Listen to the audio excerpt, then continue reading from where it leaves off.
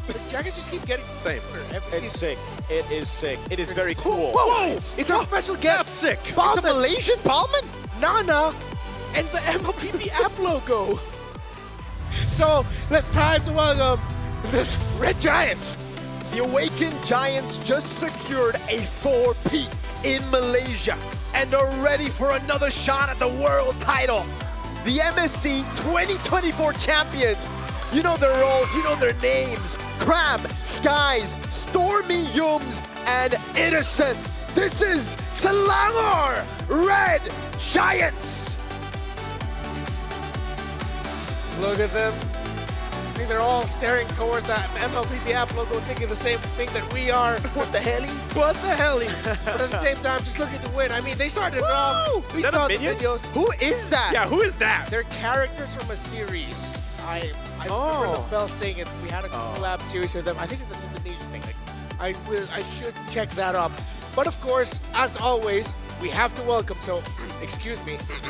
SRG's coaches, Coach Arcadia and Ozora Becky. While for cool guys, it's Coach Rain and Cody. You cannot stop me. They are now cool guys. Cool guys. Forever for me. That's what CG means. I like it, man. It might have to be Chico Gary though, because our Marshall's Gary. So we got two Garys. It could be CGG. We got the multiverse. We got the multi-Gary league verse. I don't know, man. This is looking extra sus though. Where's Gary? Oh, Gary's on Selangor side. Yeah. Coach, referee Gary. Yeah, not the referee Gary Gary. from CG. Yeah. That's a lot of Garys, man. That's a lot of Garys. So let's talk about maybe some other players now. Let's look towards SRG. They don't have a Gary on the roster, but I think Stormy and Cram are going to be key players here for sure. Yeah, definitely, especially when you look at SRG. Again, they're dominant for a reason. I feel like a lot of people, when you always have a team that is constantly at the top, there are fans out there that are looking for that team to go ahead and dethrone them, whether that's in their own region or here on the international stage. It can start here in a best-of-1 with CG Esports to go against SRG. Yeah, initially for me, I thought CG Esports was just going to be like a B tier, A tier team in my tier list, but then I started thinking, hey, no one's really looking forward to see how CG plays. Everybody's thinking they're already writing them off. Yeah. And I put them in Dark Horse just because of how clutch they are. And again, that could be what CG is, clutch gamers. Year 3, Gary, I'd say the clutch is in them. Obviously, I don't need to say anything about Chico. We know that guy's clutch. This is the guy who pulled off the clutch segue play against Blacklist, if you remember, MSC 2023 in Cambodia. It was just phenomenal to watch. Every single time Chico is on stage, whether it, I mean, sometimes it could be very, very bad. Yeah. But it's still entertaining. That's what Chico brings to the table. And like Renmar mentioned, Gary, he was part of the Team Hawk team that took Echo, Prime, M4 to 5 games. Even the man, Kaisam Yves No Puerto, couldn't believe that happened. He couldn't. He was so shocked that he had to go ahead and record it and send it to us and say, wow, I'm shocked. What? All right, so let's look at what Chico says. Rico, we need your help with this. What does that mean? Okay, which means handsome man in handsome Bahasa Indonesia. man. If So- they win today, it's confident gaming. Confident gaming. So I think that's cool. An important part of branding is for people to remember who you are. But if people always ask who you are today, then that's a better way to be remembered. I'm just curious too. Like, how many players out there like that create their own team and then play on it here? You know what I mean? I mean, yes. Here's our talent prediction, by the way. But that's my question. Like, how many other players have done that? There's a driver who did that, Lance Stroll. Okay. Yeah, fun fact. Fun fact. I didn't expect a sudden F1 drop there. But similar to the previous one, all talents in the arena today, including the Indonesian broadcast, are looking at a total win here for SRG. But maybe CG will just deliver on some surprise. And if you haven't seen CG in a while or Chico guys in a while, don't expect him to play gold because now he's playing in the mid lane for CG. So it's another evolution to the long storied career of Chico guys, which a lot of the most aggressive players in the game have just naturally gravitated towards mid for some reason. I think it's because they go around the map even more. They know the tempo of a lot of things, especially if you play through the jungle or you play through the gold lane and then you're also dual laning. I don't get to see a lot of MPL-MY games, so this is going to be a treat for me to see how well Chico guys actually does as a mid laner. Yeah, the fact that none of us are Malaysian and we get to cast the Malaysian Civil War is going to be dope because we're not going to be expecting I mean, we will have a certain set of expectations, but we don't have the knowledge Exactly. of a Gideon or a Leifel. A Leifel, my bad. Leifel. Shout out to Leifel. I just hope it's not going to be one of the moments where we go, this is how they do it in Malaysia? Yeah, I hope it doesn't play out like the Malaysia Grand Finals. Yeah. I think a little bit of a fun fact about that. I feel like, from what I've heard, CG weren't completely in the right zone during the playoffs. So actually, them making it to the Grand Finals and representing Malaysia in the M7 World Championship was an even more surprising result for themselves. Even they didn't expect it, but here they are. So SRG, CG, Ling has been buffed. We're all in agreement that it's a very conditional pick. In this unique BO1 scenario, maybe that's something we have to watch out for, but I'd put that at maybe a 5% chance of it popping up. For the Ling? Yeah, for Ling, Sakai specifically. Yeah, I mean, if it's one of the cases where you bring it out, and like we saw in the video leading into this, they practice and scrimmed for the best of ones. Ling would be maybe one of the perfect picks if you said, if you lean into that 5%. But, that's one of the things, too. You have some of these off chance of mid picks that you could maybe even see. We've seen cheese picks before, and Odette in the hands of Chico. Chico is one of those guys, too, that likes to go ahead and pick some more of those unorthodox picks if it comes up. And you can see the Eves being banned out here. Farce is still up for the table, so I'm expecting we see that YSS is going to be the last ban for that first phase from CG. So what is the priority going to be here for SRG? Do they just go the Kalea? It's open. Do they prioritize a jungle pick instead? Yeah, usually Kalea, Jusins, or what people go for with Yuzhong. Yuzhong also, yeah, so priorities on the blue. With them taking out the Eve, I think they're looking towards what they can do around the center of the map, so we might be looking towards the mid laners, but let's see.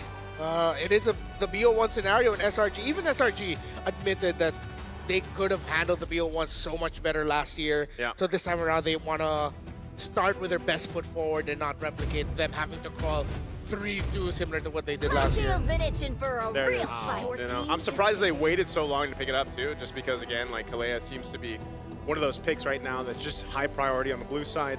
They'll swing it over, so now for CG, this is where we can start to see, the chances to work with this draft too. Also, the fact that we don't entirely know what their plan is for the gold lane. I think any team that goes against SRG is also thinking, how do we contain the beast? How do we match up against Innocent? What do we do in that? Again, this gold lane has changed over the course of the past few months in our current meta. And, you could be considering maybe one of the fighter golds if you want to go that way. They are going to grab the Yuzhong and then the Kimmy. So Yuzhong, probably one of the top picks right now, obviously, in the XP lane. Then they go grab that Kimmy. Yeah, I thought it was going to be the Lancelot together with the Yuzhong, right? Then you set up for the AOG at Red 3, got the Pacha to counter the Kalea, but now it gives over an opportunity for SRG to snatch the Lancelot away, who's really good against Yuzhong. You actually have a lot of abilities to just get away from the Yuzhong, so I don't really think I don't think Sky is going to go for anything else. I mean, the Haya is the only other choice. Thinking Skies, you don't want to put him on utility. I think SRG are just going to show their jungler hand already, most likely. As you mentioned, the thing, I'm tossing all the possibilities in my head about this Kimmy. Yeah. There it is, Lancelot, Jushin, one of the picks we were suggesting earlier. This Kimmy is either going to become the main carry of the lineup or just one of the 2 carries. I don't think CG's going to walk away with a triple carry setup here. Might be way too greedy.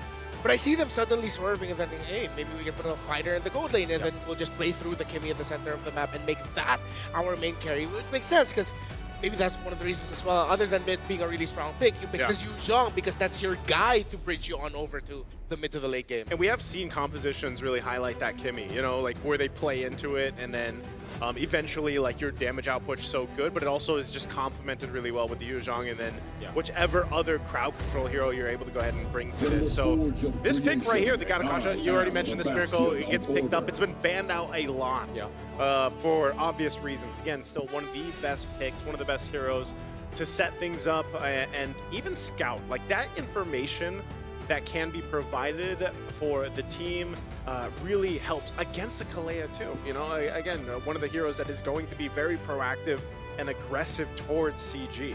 This could be a really, really cool front-to-back composition for CG if SRG doesn't read it out, right?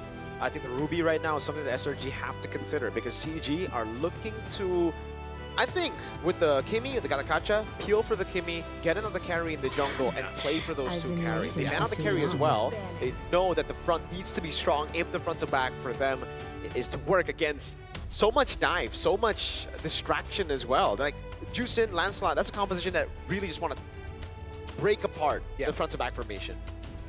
I think SRG have already telegraphed that. Hopefully they have telegraphed that. But knowing SRG, Coach Arcadia, Coach Veki, they probably are already looking at that.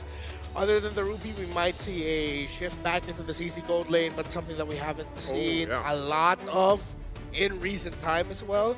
I'm trying to remember if we've seen it in the wild card. I think maybe there's CC Golds in the wild card. Yes, there were plenty, I would say, CC Golds together with Gata, that's another very good option in the gold lane. Also front to back. They ban out the carries in the jungle, so Haya gets taken out.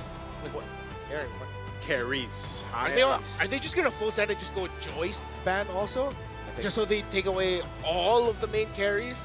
Yeah, it really depends on how they want to play with the Kalea now, because usually when you already have a Kalea, the Joy is fine to deal with, and then you can build on it with a Harith as well.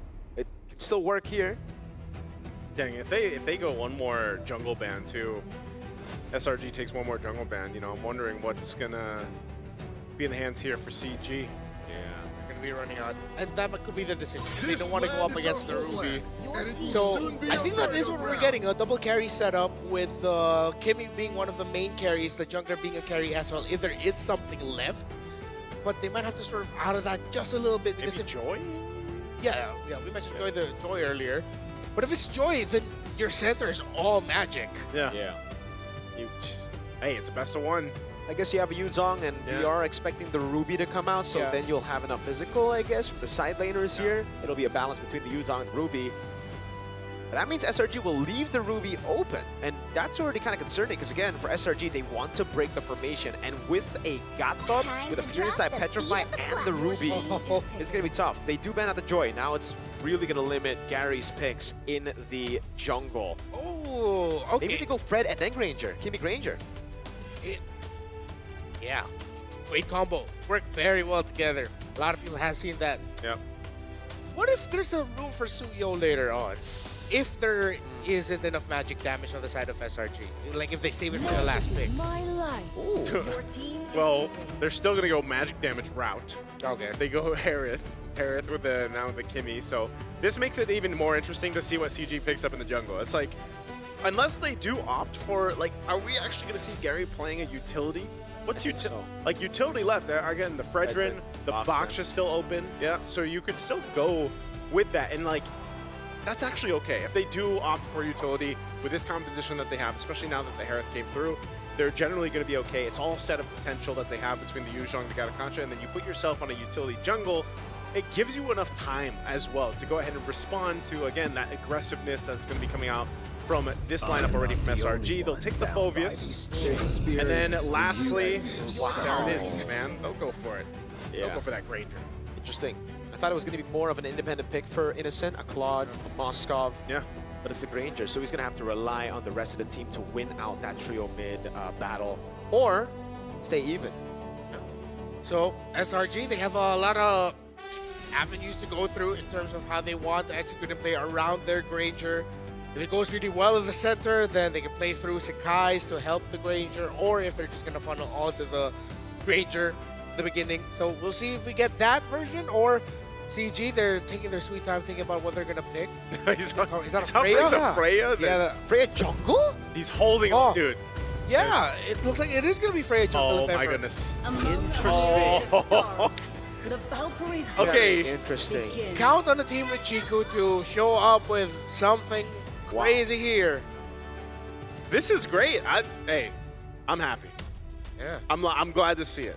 I mean, I'm just glad they ended up with a physical damage dealer, because they really couldn't afford to. Oh, there was no one that they could pick up as magic anymore. They could have just gone utility, I feel like, at that point, but like Freya is a different, whole different scenario. Maybe the Fredrin was also considered, but when they saw the Granger, they was like, yeah, maybe like we're good. Let's just try to match them with damage. A theme, again, that was set up from the wild cards. It seems like where teams are also putting a lot more importance towards your damage profile and having enough of it in the early to mid game, because most teams who rely too much on mid to late will struggle.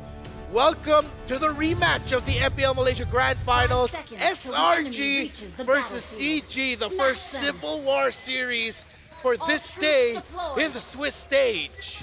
All right, the Freya coming into play here is going to be great. Quantum Charge on it too. So Gary, you know, we've seen him play many times throughout these international tournaments as well, and he is one of the more aggressive junglers, I'd say. Sometimes it leads a little bit too aggressive, and I feel like the same thing could happen here on the Freya. It's potentially a case where you bite off a little more than you can chew, but it could also work out really well for CG Esports. And again, this is one of the highlights of best of ones, right? You can actually go ahead and kind of play into this. And we mentioned this before the draft, you know, that potential to bring out some of these cheesier picks or these niche picks, if you want to call it that. And they do that here in this match against SRG, where when you look at this lineup, man, it's, you know, it's somewhat standard. It's something we're used to seeing. Maybe the Phobia is not as much, but definitely still serves that purpose of what we're used to seeing for XP laners. Yeah, you can definitely see the difference there for SRG. Straight into the clear, and then rotation down below to get the XP grab for Cram. Meanwhile, CG, Chiku just got a few hits over on the turret. Two very different lineups here in terms of what they want to do. CG, I think the thing with the Freya pick is that if SRG aren't careful, if Turtle 1 is a massive loss for them, then that Freya is just going to keep continuing. I think that's one of the things we have to watch out for when there is a Freya, no matter what position it is, because we've already seen it previously in the wild card and other tournaments as well leading up to this, not this newer version. Ooh. So that makes it equal. XP Crab this time over to year 3, but the thing is the wave is frozen by Cram, so it's going to be really tough for CG to get their XP laner to level 4 later. Okay, Turtle's up. A couple level 4s nearly here for SRG and CG. They're going to start this turtle up. This guys has an angle on already. Valens too has to be careful. Again, you're a Ganakacha, you're quite tanky. Heal up a little bit here, but he doesn't want to take too many shots. He's going to charge in. Red Tree going to be won out by Skies. Great Dark Wave. And now it's 2 over as Cram goes in front of Pursuit. Chiku has to run away. Yums with the flicker in forward. A Purify out now as that's the light shown upon them. Good immobilization. Stormy slow. The peel is massive, and yet 3 just cannot get close enough. In the end, he does, but it will be traded for his life. Another Dark Wave into the Pursuit. And now he's just recalling on Valens. Confidence, confidence, that's Cram. That's what he brings to the table. Oh man, you know, hey, that was a team fight and a half for the first turtle, basically. There's some pressure here. Orange Buff take into the escape, baiting out 3 ultimates from CG. Way too many resources spent, man. I think that first attempt by CG to try and contest that turtle with how SRG played it, with what they did to or what Crab did to the minion wave at bot, freezing EF3 from hitting level 4, just made it look like an amateur approach by CG to go for that fight there. Even if Gary got that turtle, they still would have suffered massive losses in terms of the numbers. So let's see how will CG recover with SRG playing it close to the hand. Very standard, very fundamental. That's working out very well for them. I think even if we look at CG's lineup, though, like it's still one of those lineup that needs time to go ahead and scale up. Again, Freya, we've seen a couple times already, like you guys mentioned, even in the wild card. But you know, in the hands of a jungler, and you kind of have to put yourself in this position where you're jumping into the objective pits, whether that's the turtle or later on the Lord. You're putting yourself in a very susceptible position. You know, that's something you have to kind of consider here, even in that Valkyrie form. You can see this, though. It's a very minor lead that got built up quickly for SRG, and they'll continue to kind of capitalize on that now. So I'm wondering if CG Esports wants to go ahead and contest this time. Maybe they have a better positioning in mind to deal with this turtle take, because it's going to be started up. You're going to have that swing over from SRG, and fighting for position. It looks like CG Esports wants to go for it, but it's going to be tough. It's going to be tough. Ooh. Chico already getting away. Turtle in control of Yums. Better positioning overall for SRG. Finalize faded out now as Yums goes in. Is able to go for Tsunami Slam now. Stormy lights him up. That's an AOG coming down as Valkyrie's set comes over. Petrify the Furious Dive, but there's just not enough damage. Skies wins out the retry on the Turtle, and now it's Amzik who's able to get away. Baits in Cram with the Inferno Pursuit under turret. Yums hovering over. Valens taken low. 2 death Sonatas. You can definitely feel the nerf on Granger as Valens gets away. And just like the first Turtle, man, it was nearly the same thing. You know, it was a couple bodies dropping for CG Esports, plus the objective in the hands of SRG.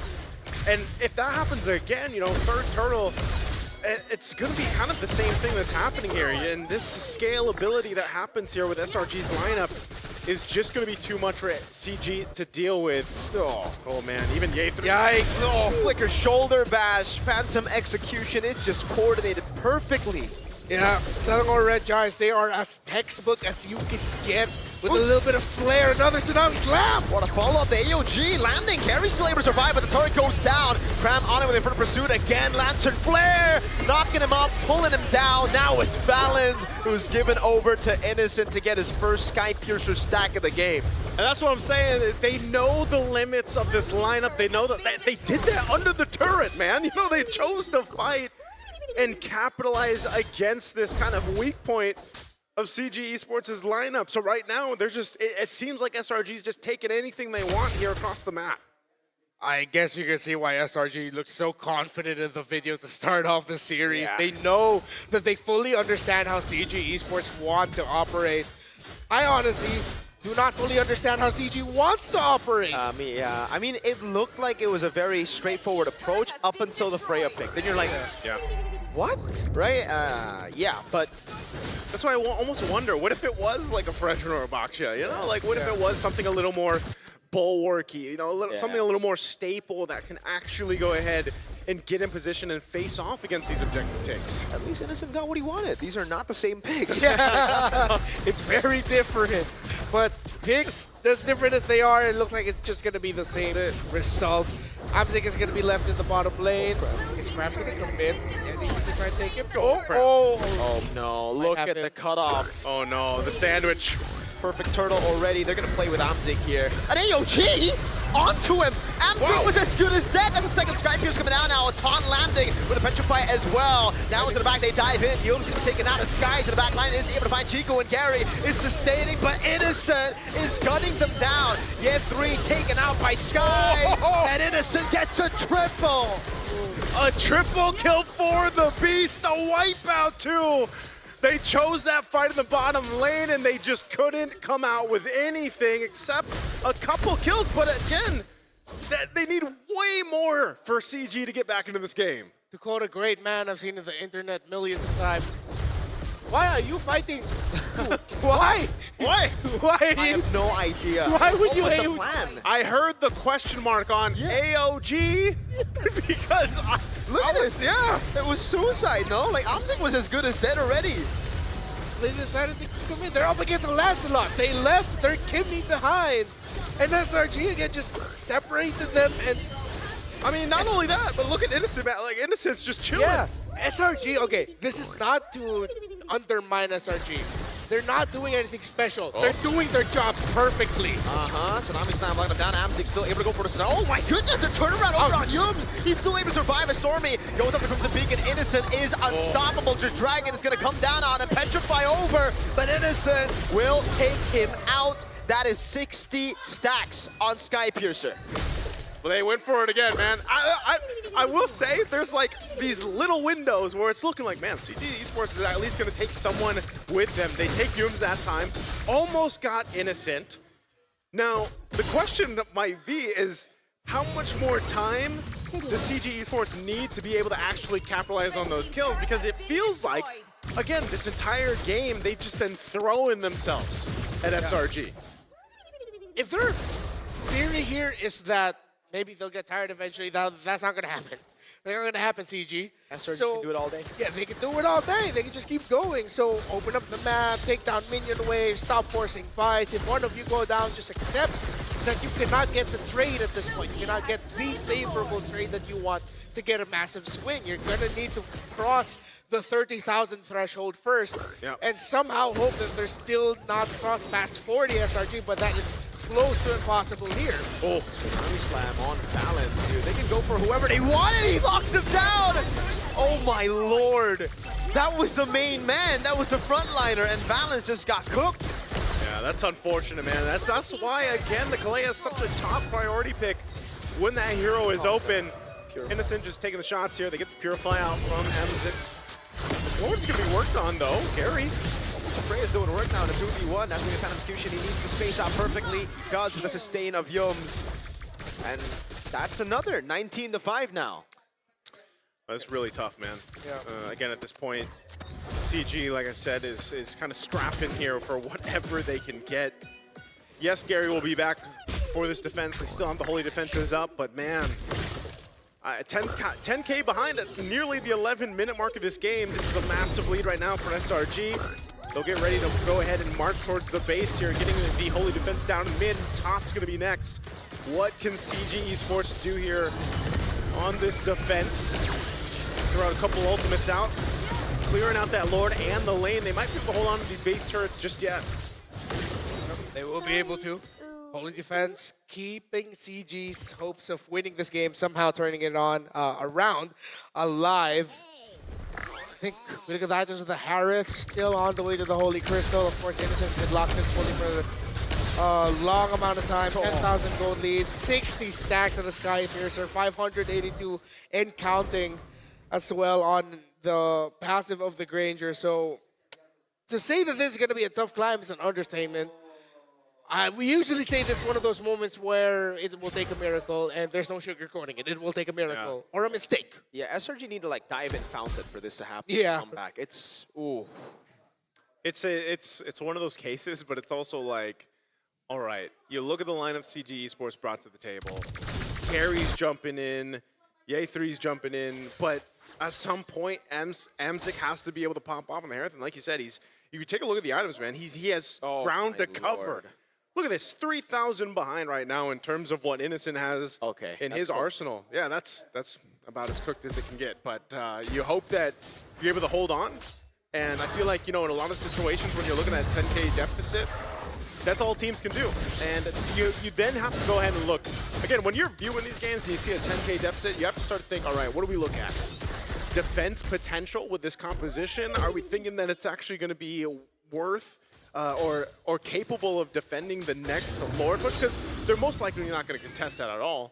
They're just going to have to defend. And this lineup, unfortunately, you've basically got Valens being deleted too quickly. That's a 5,000 gold lead for Skies on Gary, dude. It just goes to show how bad this game has gone for CG Esports. They CG. They cooked Gary. They cooked Gary. Oh, no. Not the ref. Yeah, not the ref. Not the ref. Not the ref, but the player. But I guess that's the version of CG that we got today. Well, Selangor Red Giants. Interesting that they looked at this Swiss stage and they saw their opponents in CG and said, okay, struggled last year. This time, we'll stay close to what we know. Because again, it's a very familiar opponent, so you can't blame SRG for going down this hard. I feel like any other team, this draft would have looked significantly different for SRG, considering who they're up against, the history that they've shared, the fact that they pretty much dominated CG in the playoffs, both in the upper bracket finals and in the grand finals as well. SRG just sticking close to their guns, which is a warning shot now for the rest of the Swiss teams. Because you don't see just yet how deep SRG can go in this M7. 13,000 gold lead. This is the biggest lead we've seen today. I was going to ask, is it the biggest lead even in wildcards? I think it's close. It's got to be close. Got 14K. 14K, that's right, yeah, the 14K. Well, now we'll see if they can defend against this. Guys! Yeah, punctures all around. Gonna try to go for siege. AOG. Skies now jumps in, knows there's no AOG. Oh, actually mistimed the Thorn Road. Doesn't matter though, Innocent's godlike. One more stack away from getting the full Sky Piercer stack as Gary's gonna become a Tsunami Slam brought back into the fray. Skies being able to turn to the mid lane as Ye3 will fall. They're gonna peel for him. Innocent fully stacked with a double kill in his hands. Now it's Crimson Beacon and the Death Sonatas constantly coming down on CG Esports. 2 more ways to play with. This guy's walking up again. That's going to be the Demand Force over. Doesn't even matter. Innocent gets a double. This is almost an unofficial Savage. Innocent has to play around. That's a purify out from Chico, who's able to find a kill now as Innocent walks Chico. over, no minions. Let's go for a shot, but Balance able to body block now as he goes on Balance. It looks like they want a stat pad all the way. They don't want to go for the end just yet. They want to get a few more kills on Innocent. That's an AOG into the wave. That's Sonata! He's legendary. He's killed Balance twice in that fight. I think Innocent was like, give me one more. Give me one more before we ended it there. SRG dominant in this best of one against CG. And I would say, hey, again, on point of the talent predictions here, I think across the board, and I think even the audience, you know, they saw this one coming, man, and hopefully CG Esports can recalibrate in their next match after this. That was a harsh welcome back to the global stage there for Chiku. But for SRG, it's business as usual, though they look like they were toying with them right there at the end. SRG looked like they were locked in and they just want to start off this Swiss stage with their best foot forward, and that's exactly what they did. Again, nothing special, just perfection all around for SRG. That's how damn good they were. That Freya's definitely going to be memed. Yeah. I like this. Hey, man, you know, best of ones, I'm still supporting those kind of things. Yeah, bring them out, you know, like, but again, it just got shut down. So yeah, I mean, you have to marry idea and execution, right? Yeah. If you want your Freya to get good from Turtle 1, make sure your XP laner is set up really well, okay? Make sure that the Yuzhong can hit level 4 and is not frozen out of his own minion wave. Help him out. And if you don't get that, then you don't need to compete for Turtle 1, Freya, because you're just going to get punished even if you do get it. I think part of this too is just, again, it was a team effort here from SRG, and that's kind of like always what we see, you know, with them when they're in their best form, I should say. When they're in their best form, it's a synergy across the board from them. Yes, Innocent got to go ahead and pad his stats. You know, he gets the KDA that he was looking for on this Granger here. But really, it's from start to finish that the Selangor Red Giants always, when they play like this and they're kind of in that flow state, that's the best you see of them, and that's where they capitalize on it. Now you can definitely see the big diff there from SRG and C. Oh, Gorgeous is back! Hey!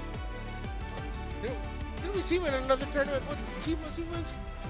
Oh, last season was Vamos. Oh yeah, it was right? Was he? Wait, was it Vamos? Wait. Now I'm confused. It was Vamos, right? Yeah, because I remember he was playing in a different team with was he different set. Lent? Wait. He was Lent. Yeah, he was loaned also. I believe it was Vamos. Yeah. It was Vamos. I was alone. Okay. Yeah, I was gonna say it was alone. All right, so Gorgeous is coming back just in time to make it to the world stage as well. Welcome back, Gorgeous, and yeah, again, this really is just a lot of like talking about what SRG did right. Clearly, what happened in the first turtle completely messed up what CG wanted to do for the rest of the game. Because when you have Freya, it's been clear even during the wild card. You're looking at the first two turtles. If you miss the first one, okay, it's chill. You go to the second one. It was deja vu. Oh, you don't get the second one? Okay, we play a little bit longer, but we will get the turnaround eventually. Just wait.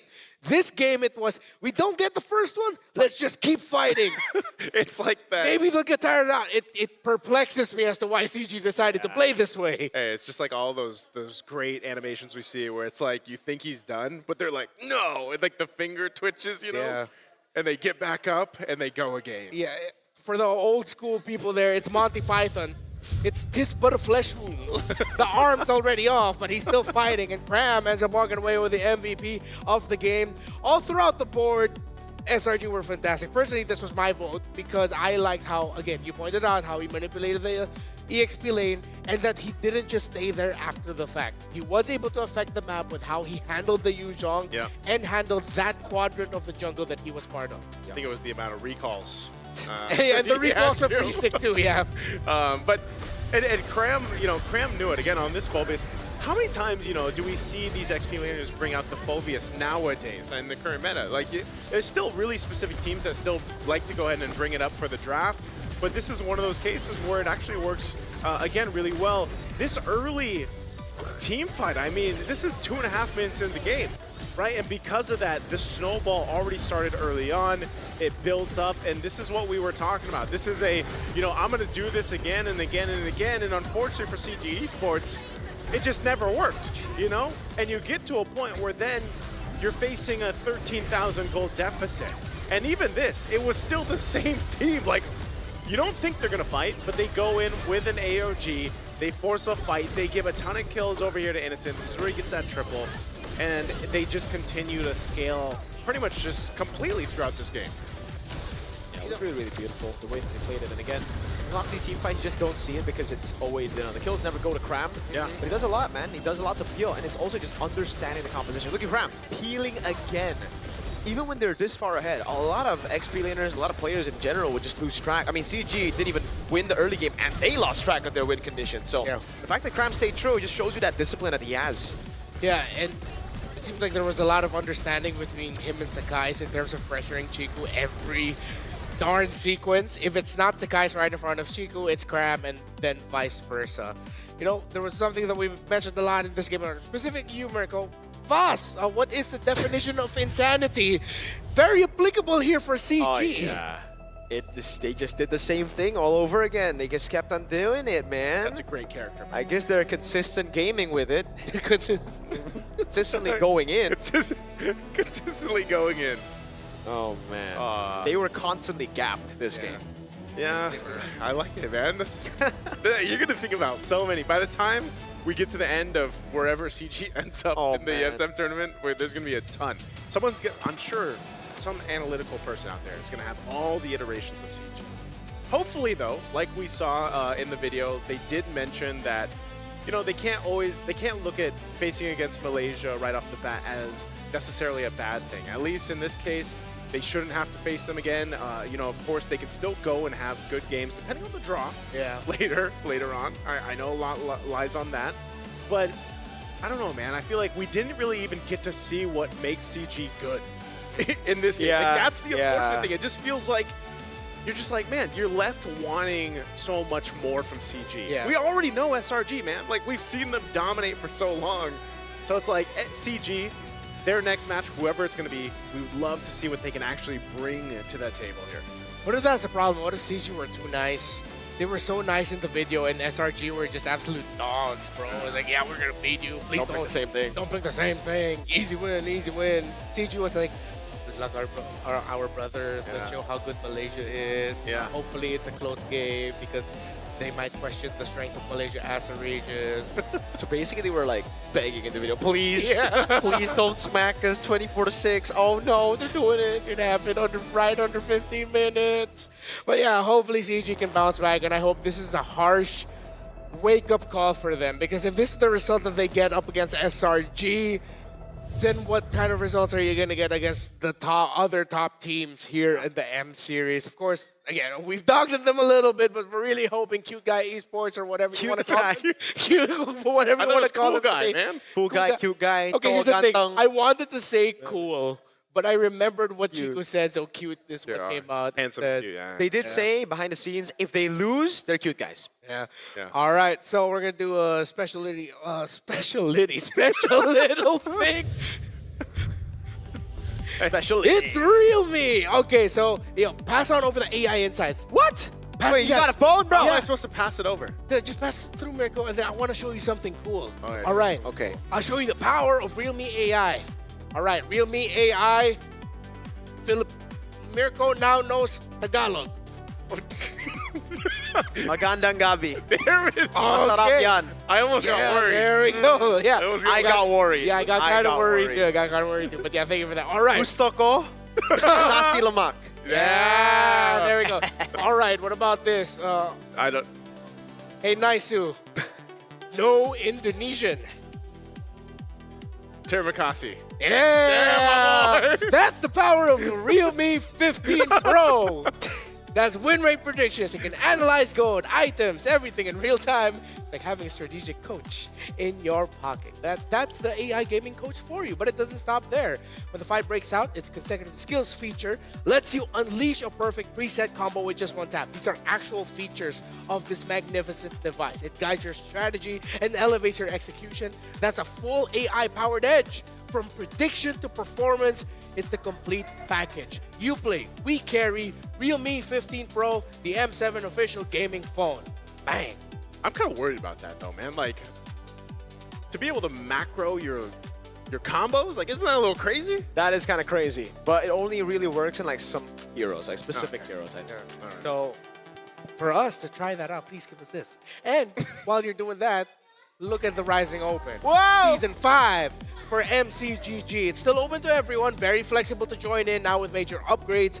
Earn hero power from victories based on your weekly champion rank.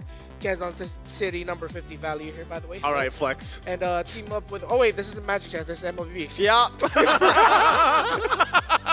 I was gonna say. It's okay. Rewards are stacked. Win or lose. Earn MRO coins to redeem permanent skins, exclusive avatar borders, and more. It's all G. It's not MTG. Why did you It's guys MLBB. I just want to say, keep going? that's how much he likes to flex his MCGG. Why did you let me keep going? We wanted to see where it went. I thought it was a bit, honestly. I thought you were going to be like, no, it's not MC. I don't know.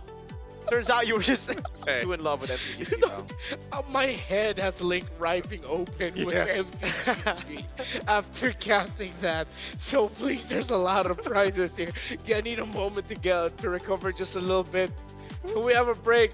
Again, congratulations to SRG for winning against CG. Hopefully we get to see more of CG. But coming up next, we've got another really good one. Civil War. Another Civil War. Oh my lord. Part 2. This one is close to home for me and Aisu.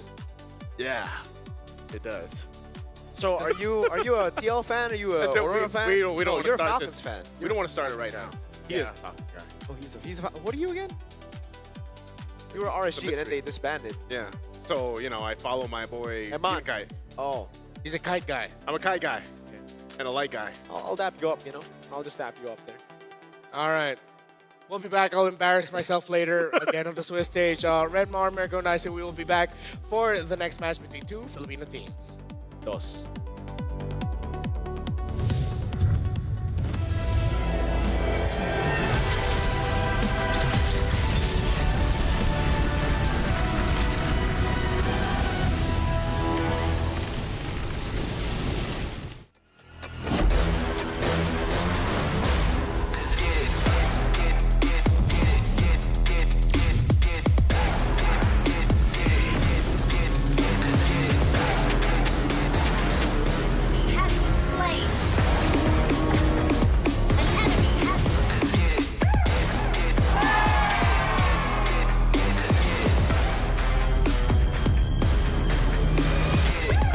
Realme 15 Pro M7 official gaming foam.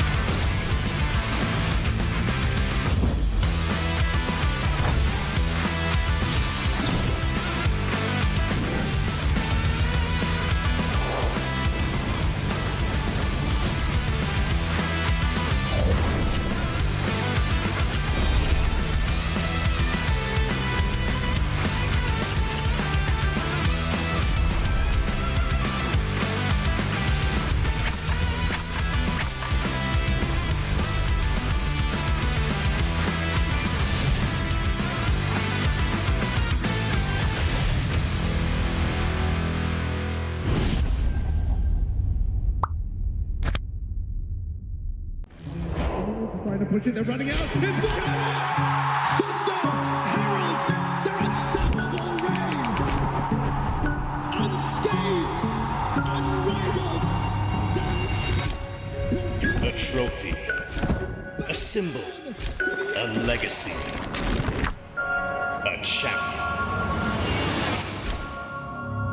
We begin our story with the pioneers, forged in gold, Fairy's champion ring and medal, relics to be worn with pride. Among champions, one legend outshines all. You play, we carry. Realme M7 official gaming phone, forged for those who create miracles, the ultimate artifact of mastery. Every cheer from an army of believers shapes the determination of a champion. The Visa champion journey is reserved for those who never stop believing. When united, they become something greater. The legacy of the M Series, a home for every champion to stand eternal. This is the Hall of Champions.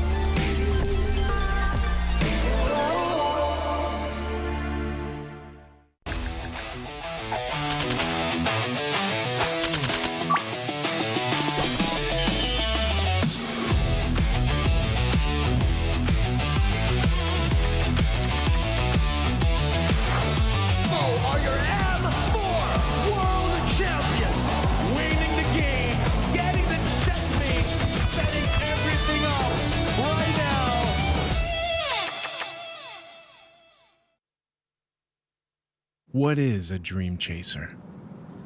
Dream chasers are relentless, and they are unstoppable, forever chasing the eternal dream. Düş peşinde koşanlar geriden başlar. Aleyhimize yığılan ihtimalleri aşarız. Мөрөөдлийнхөө төлөө тэмүүлнэ гэдэг бол дайчин хүний чанар. Галт үлдээгүүр бид хувь тавилантай тэмцэн. Un soñador emerge de las sombras. En cada batalla forjamos nuestro nombre. A chaser is new to the fight, fierce enough to rewrite history. Kuzeyin ucundan yükseliyoruz. Bir düş peşinde koşanlar olarak dolunun vahşi gücüyle çarpıyoruz. ساعي الحلم نصر عاصفة الصحراء نحن شداء صراع ولا نلين. Преследователь, западный дракон восстающий, чтобы доказать, наши клыки все еще остры. 追梦者乃东方苏醒的巨龙，腾空而起，施展群雄。 Kami pernah berada di sini. Kini kami kembali bangkit untuk menggoncang dunia. យើងជាអ្នកកំណត់ហ្គេមល្បឿនប្រកួតផ្លាជារបស់យើងដែលធ្វើឲ្យគូប្រកួតពិបាកវែងទឹក အိမ်မက်တွေနောက်လိုက်ဖို့အတွက်တိတ်ကနေပြန်လည်ရောက်ရှိလာကြတယ်။တားဆီးတိုင်းကိုလည်းရှုံးမခံဘူးကျော်ဖြတ်တောင်း Ang naghahabol ng pangarap galing sa pinakamalakas na rehiyon, habang iba'y nanonood lang, kami ay kumikilos na walang pagdududa. Kami menguasai pentas untuk menyempurnakan legasi kami, meraih kembali apa yang sepatutnya menjadi milik kami. Seorang pengejar mimpi bergerak seperti Phoenix, terakhir kembali dan ditempa proses. Sebagai pengejar mimpi, kami menguasai langit. Kami akan merebut mahkota dan menumbangkan para lawan. Ang humahabol ay kumikilos na parang hari. Kami ang mga hari at ipagtatanggol namin ang aming trono. 16 chasers. 16 dreams. M7, this is where dreams collide.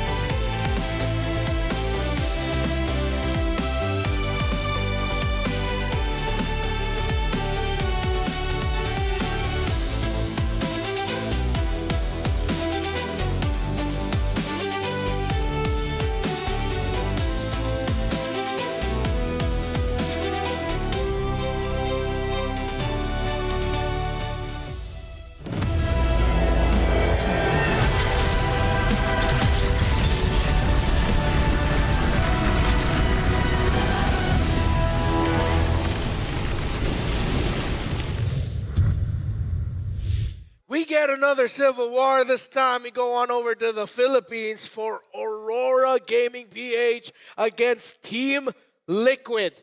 And I'm excited for this one because, I mean, it's TL and Aurora. They always show off some really good games. Yep. They do. Unlike last game, I think we're actually going to be expecting some solid performances here. Yeah. Please. Unfortunately, last game it was you're left to be wanting to see more, but right now you're going to let the world see the epic rivalry between teams that we're very familiar with here, Renmar. Yeah, this was a sweep in the grand finals of MPLPH, but no one expected that because it was Aurora who made it to the grand finals first. Liquid had to really claw and climb to make sure that they would get their slot, but then suddenly they swept Aurora. And Aurora has the regular season MVP Light on their side as well. XBTR, by the way. XBTR, one of Mirko's many million GOATs. My GOAT. XBTR. Everyone who is XBTR is my GOAT. Or even BTR. I was going to say, but even people not in a BTR are your GOAT. Just Sanford.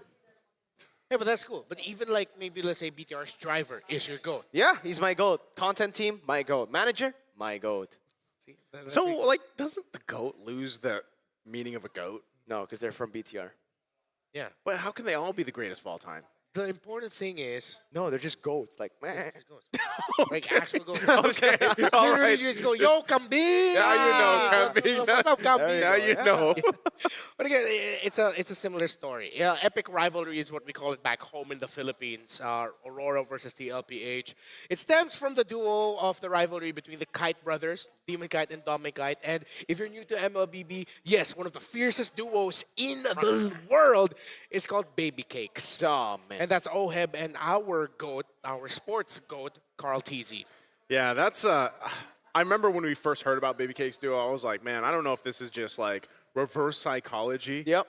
Because that doesn't strike fear in your name, but then when you see them play, that's where it all comes together, I feel like. And everybody's really familiar with that. Also, I got to say, watching a Demon Kite, of course, through his career where he is now, watching him really mesh well with Dominic Kite. Hey, they did the same thing, by the way. Yeah. I guess this is the trend for the Civil Wars right now that we're seeing. Why not, right? They're only going to meet once. Boom. Hey, Might as well go for it.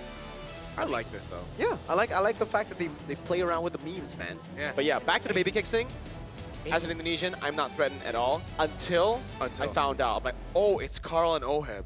Yeah. I thought it was like another two players. I was like, oh. It's like they're not going to give that to like Carl Teasy and Oheb, right? And I was like, oh, it's Carl Teasy and Oheb. My chat told me that, and I'm like, yikes. Yeah. They never made merch for that, though, no. Baby Kicks? I thought that would have been really cool if they had, like, maybe they did, like, between the community members. Yeah. The cavalry themselves, but I wish they had like shirts or something, man. Yeah, Liquid could have made like couple shirts, like Baby Cake. Yeah. Sand. Yeah, that 100% would have sold. I'd buy a Sand. I would do merch. Of course, that is Sanji and Sanford of Team Liquid PH. Again, if you're just hopping into MLBB for the first time and you saw our esports, don't worry. We are going to be telling you the story as we go on. So, because of the recent achievements for Team Liquid, they are now the team eyeing the Golden Road. Yep. They have won 2 MPLs this year. They also won MSC. Added side quest of, hey, let's just get a gold medal for the Southeast Asian Games. It is truly the Golden Road they're trying to achieve. It's really crazy to think that in 3 years we have 3 different Golden Road attempts. Mm-hmm. There was M5, SRG, and then now TLPH. And no team has achieved it just yet. Yeah. No, because there's also seems to be a little bit of a curse when it comes to like the Golden Road. But Carl Teasy has famously said that he does not believe in curses. Doesn't. The cavalry has not slowed down since then, and they're still going to be going strong. So, going to be interesting to see what happens next. Who will be up against Aurora from the Philippines? So how did this happen? There has to be some cruel cosmic play. I'm so sorry for the Filipino fans. Actually, nag-screams kami noon nung nag-draw or nung nalaman namin yung kalaban namin. Medyo nagulat kasi di pa ata nagkakatapat yung page versus page or any other regions na sa first day match ng world stage. Natatawa lang ako kasi page to page lang pero parang regardless talaga kung sino kalaban. Wala words yun. Excited, parang fun match siya kasi PH versus PH agad. Sooner or later, makakalaban din namin sila kaya okay din na ganun yung nangyari. Sobrang excited kami kasi nung finals namin parang hindi talaga sila yun. Parang hindi sila 100%.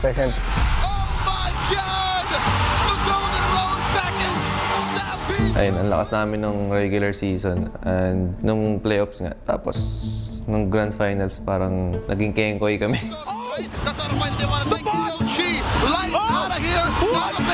Actually, hindi talaga siya nag-sink in agad sa akin kasi nga nagulat lang, para sa akin nakakagulat lang din talaga na ay tapos na yun, parang ganun. It really feels like there's a huge stigma or label. But I know the MLBB community knows what I'm talking about here. And I hope they get to prove doubters wrong.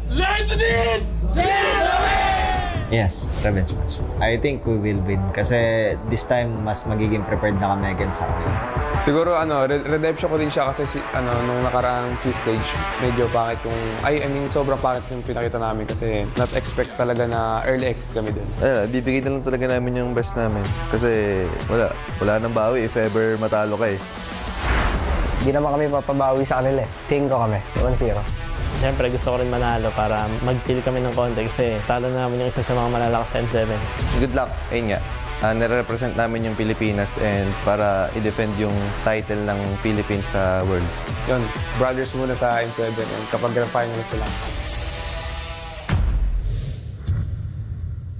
Despite all of the talk behind the scenes and in the community, especially, of course, with Aurora's recent results, at the end of the day, even Carl Tizzi said, I hope we can beat them because that means we've already beaten one of the strongest teams in M7. And I think that's a good thing to acknowledge with Aurora. They are still one of the strongest teams in M7. Yeah, I think, again, losing in MPL Philippines Grand Finals, losing in GOTF, they were up against some tough teams. They were up against TL and then Onyx as well, two teams that here as well are rated very, very highly. Number 1, number 2, maybe even top 2 in a lot of people's books. So I don't understand, all the sayings, the doubts, instantly saying like, okay, they're not a contender anymore. They still are a contender, although they are significantly lower than those top teams. And I like that they mentioned, that they do feel like they're prepared for it. They do feel like they're ready for it. Whoa, by the way, we got someone's birthday. We got a surprise.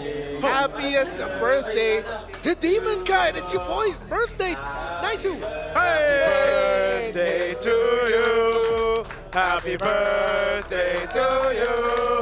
Happy birthday. My boy, Demon Kite. Happy birthday to you. Demon Kite. Hey, that's my boy. That's your boy. So I don't have goats, but I have boys. You have boys. Yeah. I have boys as well, by the way. Ken's my boy. Like the Mythic Seal. Mythic Seal Ken. That's right. Hey, oh, what is that, by the way? Marta Bak, bro. Wait, Marta Bakmanis. Can you explain that what is that, for Marco? international audience? Dude, the best way I can describe it is diabetes on a plate. That's it. It's like super sweet. So it's sweet? It is very sweet. What's it sweet. made of?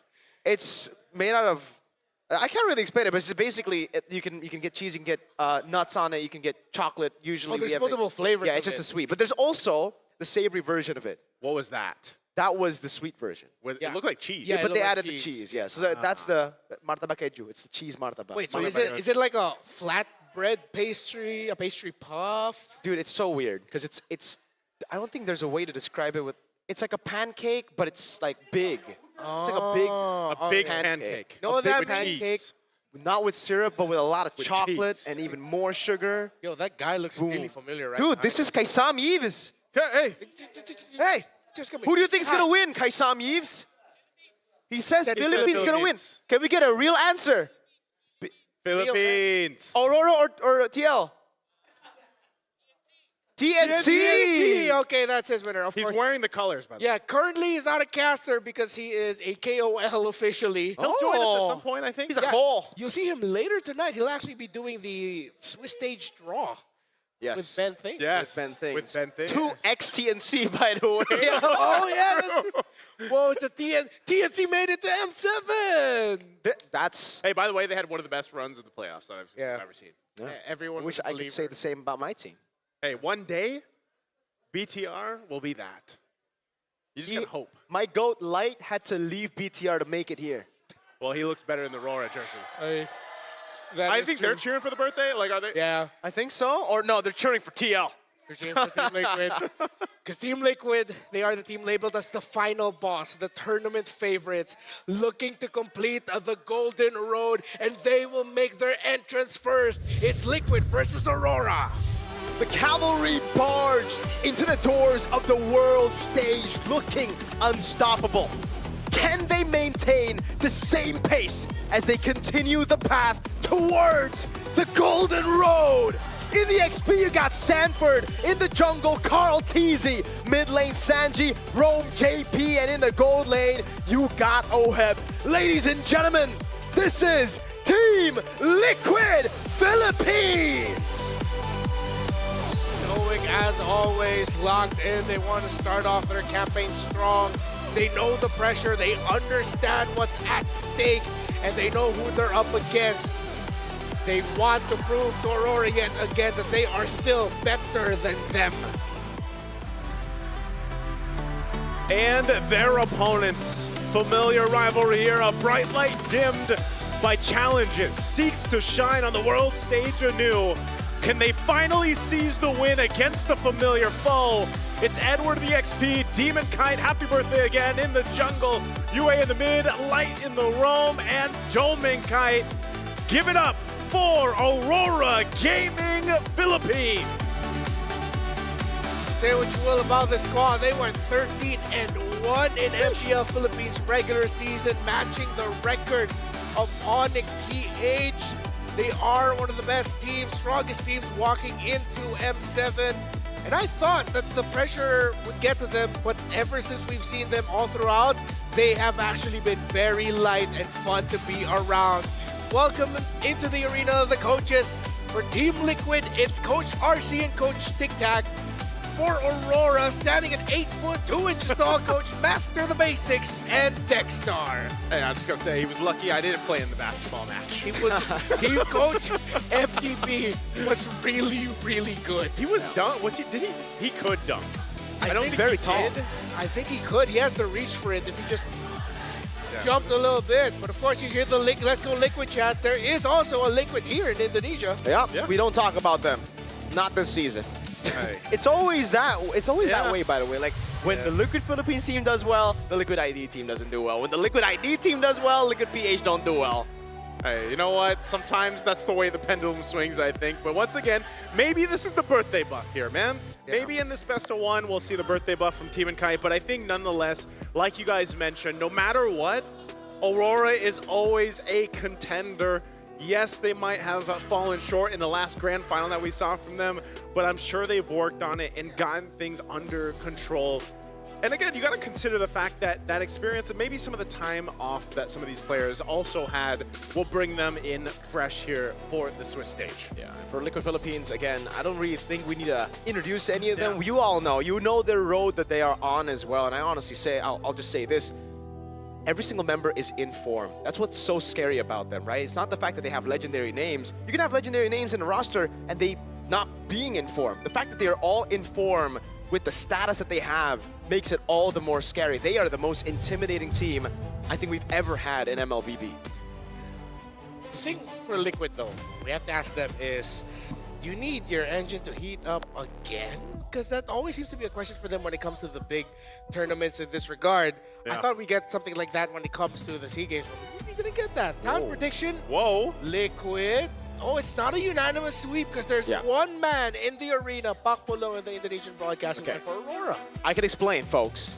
Pak Pulong is not an Aurora fan. He just likes to go for the team that's the underdog. Every time? Every time. Every time. Okay, so is that what LaFell does? Why didn't he do it for CG? I guess he just doesn't like CG. That was the one. Yeah, that was the one. It was like, they are this is where my I'll stop. exception. Of course, Team Liquid, they did not have those doubts on them onto the Southeast Asian Games. They just came in and completely dominated. Oh, yeah. Yep. But now, back on the stage with the clubs, what will happen here? Aurora, of course, how much did they grow from the... They were also a team that had issues with the Swiss rounds in the M6 and didn't even get past Swiss. You know, so every morning so far since I've been here in beautiful Jakarta, I've seen Dome and Kite in the gym. Same time every day. Yeah, he's literally in the gym every day. And so I managed to go ahead and ask him. And I think sometimes he does 2-a-days. Honestly. Wow. Like, I think he's in there twice. Like, at night, he does, like, cardio sometimes. Morning, evening? Yeah, because I do that. So I'm like, Dominic, like, aren't you practicing or anything like that? But he did mention, again, that, you know, some of the players, they had a little bit of relaxation time when they came. Because you got to remember, a lot of these players went through multiple tournaments after their regional professional leagues, right? So they kind of came in relaxed. The main thing is they were to be, you know, kind of relaxed coming into this. Of course, they had their scrims and their preparation, but I asked him, you know, how are you feeling and everything like that. UA was in the gym with him this morning, and they both just said, you know, chill lang, basically. They're chill. They're feeling chill. They're feeling relaxed about it. And I think that's the best thing that Aurora can do here, going against a familiar opponent like TL, and just come to the game and focus on that best of one. I think that's always one of the things about best of ones is we used to have this saying, you know, one game at a time, or one play at a time, one game at a time. And I think that's applicable even here in esports, obviously. Absolutely. And that's something that it seemed like that was the mindset of at least from Domenkai and UA this morning when they mentioned their preparation for this best of one. All right, let's head into the draft. One game at a time. Let's relax and chill. But let's see if Aurora have learned from their experience against Liquid in the Grand Finals. Are they prepared to handle JP, the finals MVP of the last MPLPH season? Because clearly JP just controlled Aurora single-handedly, no matter what hero he ended up with. And a bit of that is still on their minds as they straight up banned the Hilda away from JP. Thorns remain. That's Yuzong and Hilda, and then the Lancelot. So yeah, a lot of respect definitely for Sanford. It's Sanford, JP, Carl. Yeah. Right? In that order. Meanwhile, for TL, it really is about getting the mid trio uncomfortable. Right now, it's about the tank and the mid. Tank mid, you know, this last ban too. We'll see if it's actually going to be towards. Again, we see a lot of even roamer bans, especially over in the Philippines. We see that a lot with the current meta things going. I'm wondering if this last one for the first phase will be towards that option. The fact that the Kaleo was banned out, also the Jushin, top picks for that first pick, blue side, will leave things open. Again, you know, even then the Yuzhong is gone, right? So like some of these XP lane options that we see grabbed in the early portion of the phases are out of the picture. So this is going to be the Grok. Now, first pick priority, what are we thinking here? The Sora, like Sora is that first pick worthy right now in the hands of Aurora to actually slip through here, or do they have something else up there, the plan for that? We saw Evil go for the Valentina first pick when the Sora was open, just so that they could set up for the Sora, but also counter it if it comes to on the other side, right? So for Aurora, is it going to be the same approach, or will it be entirely different here? It will be the Eve first pick. Okay. Pure comfort. Yeah, comfort, and we know Yue, one of the best artillery mages we've ever seen in the game. The uncrowned prince, as he's been heralded recently.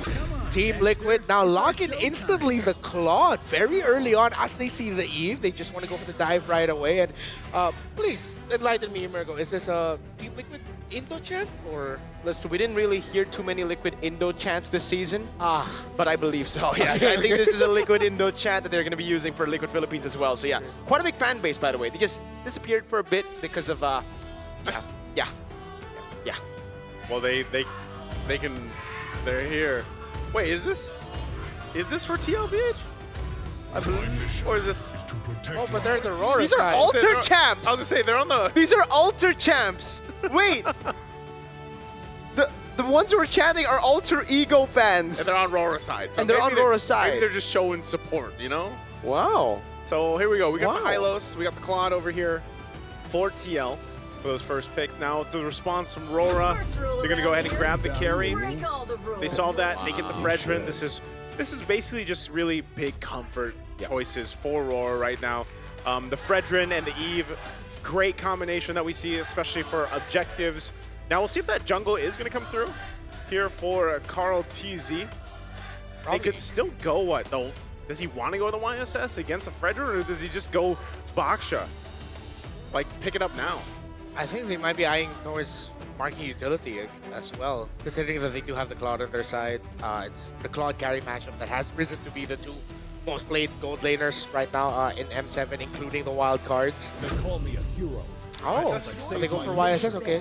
So they were thinking we don't need to master them in terms of the utility. They want to have another damage option. And that makes sense. Don't rely too much on the Claude being your main guy that you're playing for. And still Sora's been ignored completely. So What's happened since the wild card to like now? Well, at least I know it's only day one. Yeah, and Exy was pretty nuts earlier on Sora. But they did lose on the Sora. So maybe it's kind of like a comfort thing, and it's also kind of like a maybe elite teams just don't find a lot of value on Sora. Like it's a big set, but it's not long enough to really have someone to follow up instantly, you know? Like the instant CC is kind of long. Lapu Lapu gets banned out, by the way. Thought it was going to be something that we would see on the TL side, Sanford signature, in Indo as well back in the day.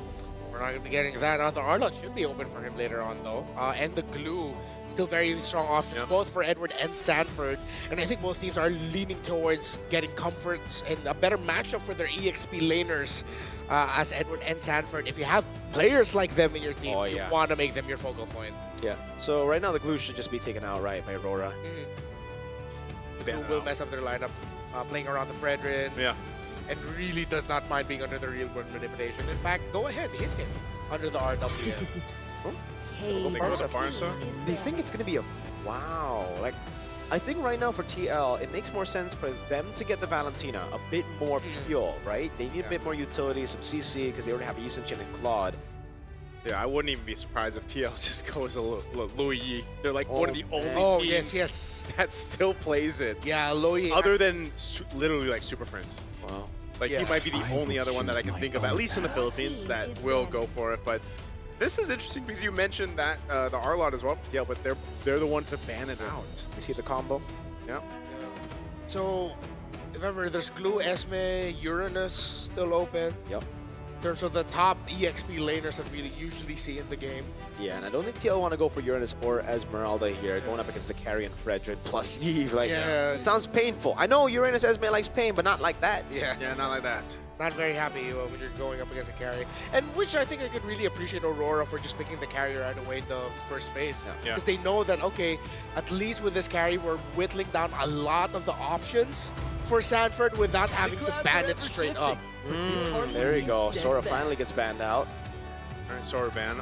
I think also the carry being picked up in the first phase was great response to the Hylos because you were at the first pick Eve, and you have a Fredrin who can technically peel for you if you need it. Like you're guarded really well. There it is. Yeah. I'm sitting in the chair. Hey, Wolf, I made him proud. Yeah. Thumbs up to Wolf. The Louis again. It's just one of those picks that is signature to TL. It's signature to Sanji's playstyle. And with this kind of lineup, it can work really well for them too. You know, again, you cannot discredit the amount of damage that Eloyi can actually still bring to the table, especially in the early game.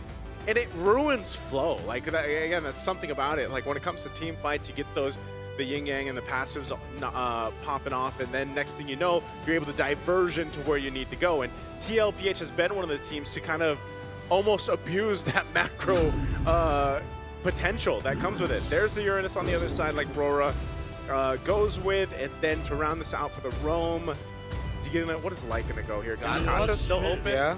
Okay. Okay, instead of going very slow and lumbering, they added just a little bit more mobility for the lineup, which is good.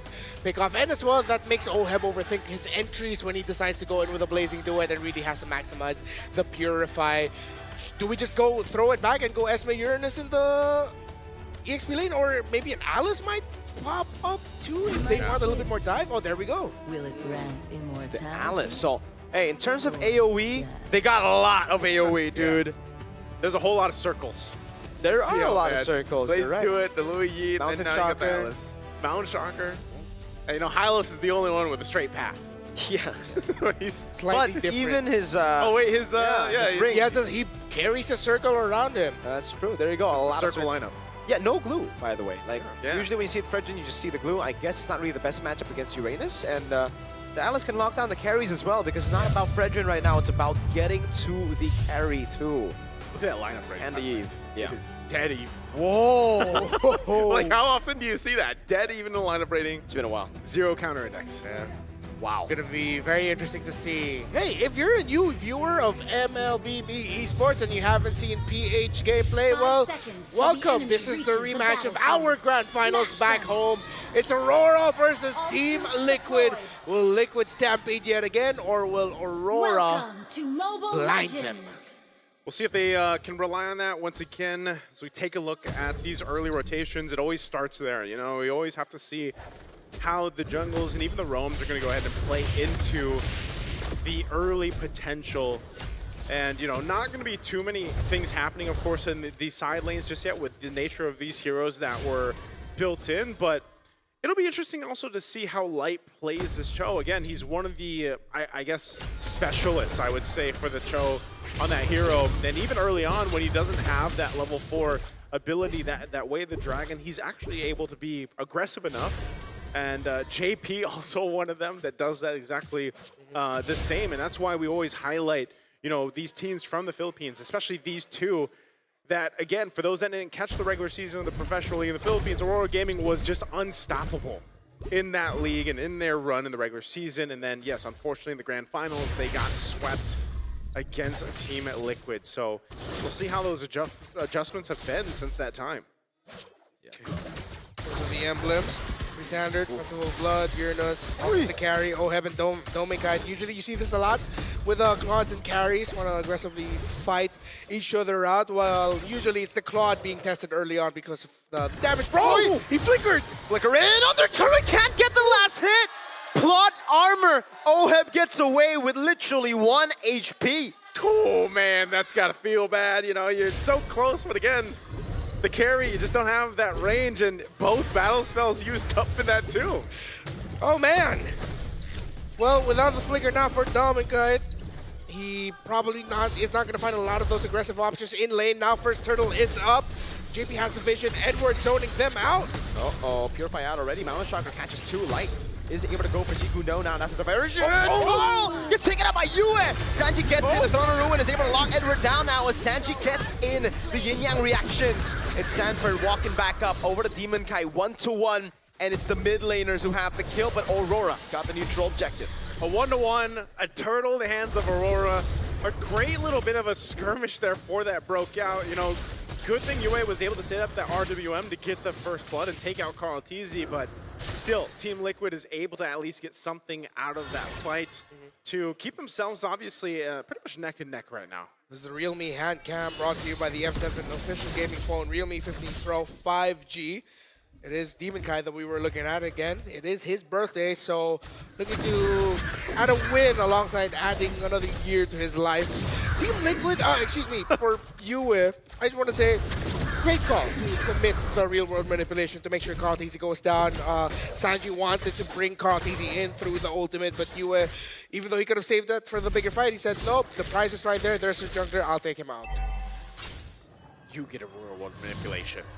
Ooh. Oh, and they get diversion too. Okay, so just nothing like, yeah, nothing too crazy. I think this is what we kind of expect with Sanji to use. Sometimes he's just going to go ahead and use it to go ahead and get a little bit of a faster rotation for Carl TZ.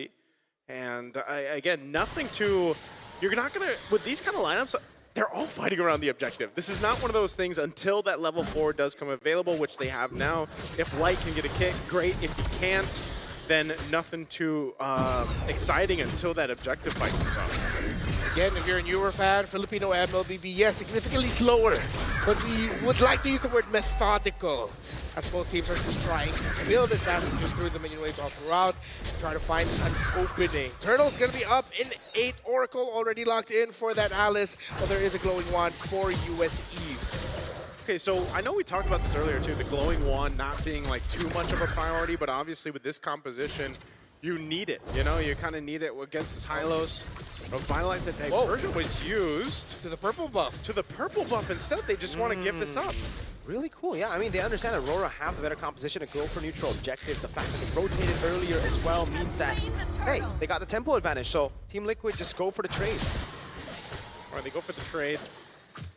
Potential setup here. JP's going to put some pressure. Glorious Pathways on out defensively, but he's going to want to be doing this from here and there. You know, giving the Oheb that space to go ahead and farm up on this Claude, who needs that time to go ahead and farm up. I think you're still going to see this, though. Like, Oheb and Dominkai, they've been notorious for just duking it out like this. Yeah. Blazing Duet going to be used up, but I don't think do they put more pressure here? Yeah. All just the farm, by the way, right? The Blazing Duet. Great rotation from Rora. And for Team Liquid, again, I really like the creative usage of the diversion so far to get Carl Teasy into spots that he would usually not be able to find himself. Yeah. It's really a much lower game for Team Liquid this time around. I believe there's a significant gold lead for Dominkai over Oheb. Oheb looks like he's at around 3,000. 5,000 gold, or 500 gold. 500 gold, Yeah. okay, yeah, 500 gold. It looked like 1,000 earlier. If you look at the rankings, there you are. Yeah, Oheb slowly climbing up, but of course with how Dominkai has been able to manage him in the gold lane, this is as expected. While Aurora are playing to their strengths, Team Liquid are playing to theirs as well. Yeah, very interesting just how, if you think about what Team Liquid is doing, they're playing in a way that's sort of defensive, like they're just playing the macro.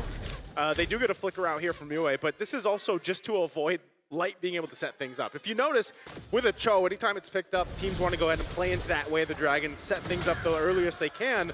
But the way Team Liquid's playing, man, they're not even giving that opportunity. Yeah. We got the crowd behind us just cheering for, you know, the potential for something to happen. But again, it's a defensive way of playing from Team Liquid here. See that win rate prediction, 52 to 48. It is even. Basically 50-50. This is what I'm saying. It's around Yeah.